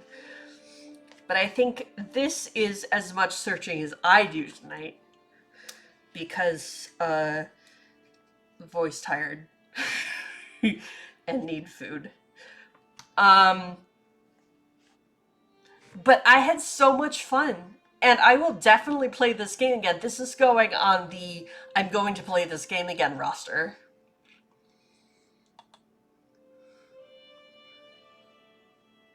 Yeah, we had a full day. That, the stained glass room was enough to keep you occupied for like the rest of your life. I think we found a lot of cool stuff. So I am very happy with our journey through the library. I guess maybe we didn't find, all the stuff that the librarian wanted me to find. And by the way, my librarian, definitely 100% an orangutan. But, and then I looked real quick during one of the breaks at this other pamphlet. So there's 3 pamphlets included in the game folder. And the 3rd pamphlet looks like it has a different game on it.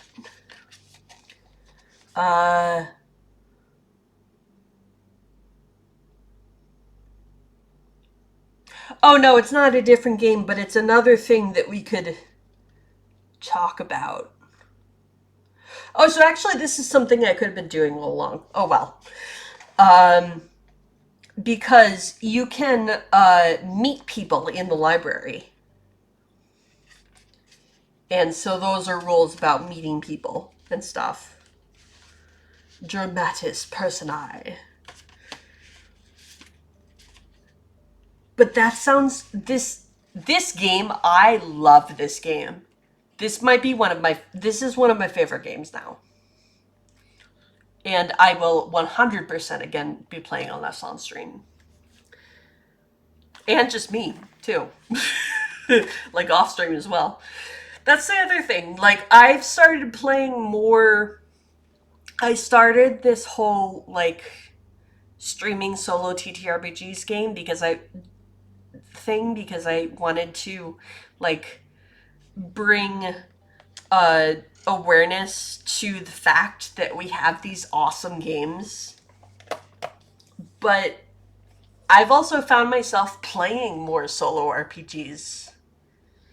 like not streaming them. And yeah, it's been super fun. So I encourage everybody to find a fun game. And, you know, if like a TTRPG where you pull cards and roll dice is not your thing, that's fine. I mean, obviously, no judgment either way. But I hope that everybody can find something fun to do. And yeah, something that they enjoy. Uh, like either tonight or if you're gonna go to bed tomorrow, whatever. But anyway, thank you all for coming. I had so much fun. I'm so glad that I got a bunch of raids and a bunch of people resubscribing. It's been a while since I streamed again. It's been a while. But I'm so happy I streamed tonight. So thanks, guys. And please remember to take care of yourself because some possum loves you. And we are going to find somebody to raid. Thanks, guys.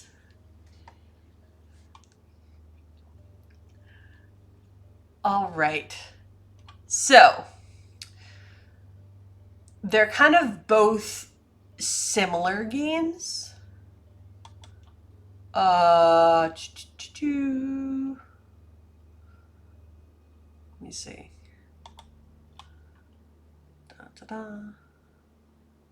Oh, okay. So 3 choices. Do y'all want to see Dead by Daylight, Phasmophobia? Actually, I'm going to start a poll.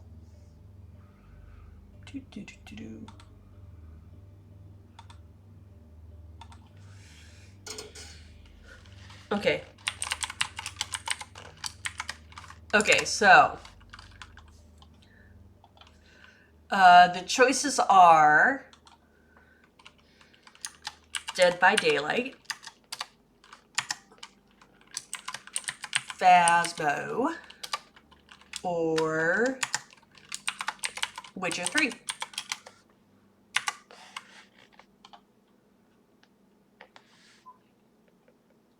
All right, and the poll is only going to go for 1 minute because...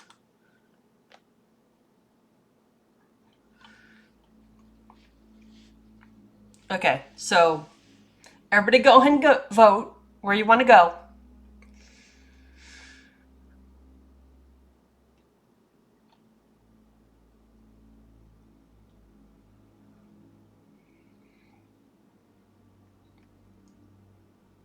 Because I have a friend streaming Dead by Daylight, I have a friend streaming Phasmophobia, and I have a friend streaming The Witcher.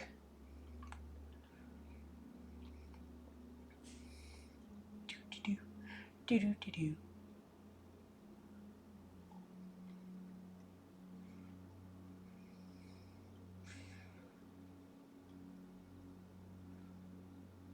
And it's almost done. And it's almost done. It's turn. Where are we going? Okay, Phasmo. All right. Then we are going to go visit my friend. I'm going to shout her out real quick. This is my friend Break of Daylight. Whoops. I have to do that right. So this is my friend Break of Daylight. Let me spell that right.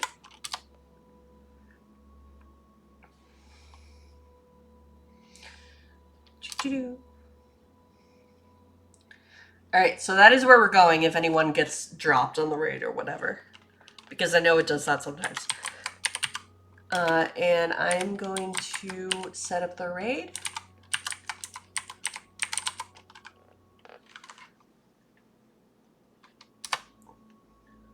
Sweet. All right. And I will see y'all over there. Have a good night. Do, do, do, do.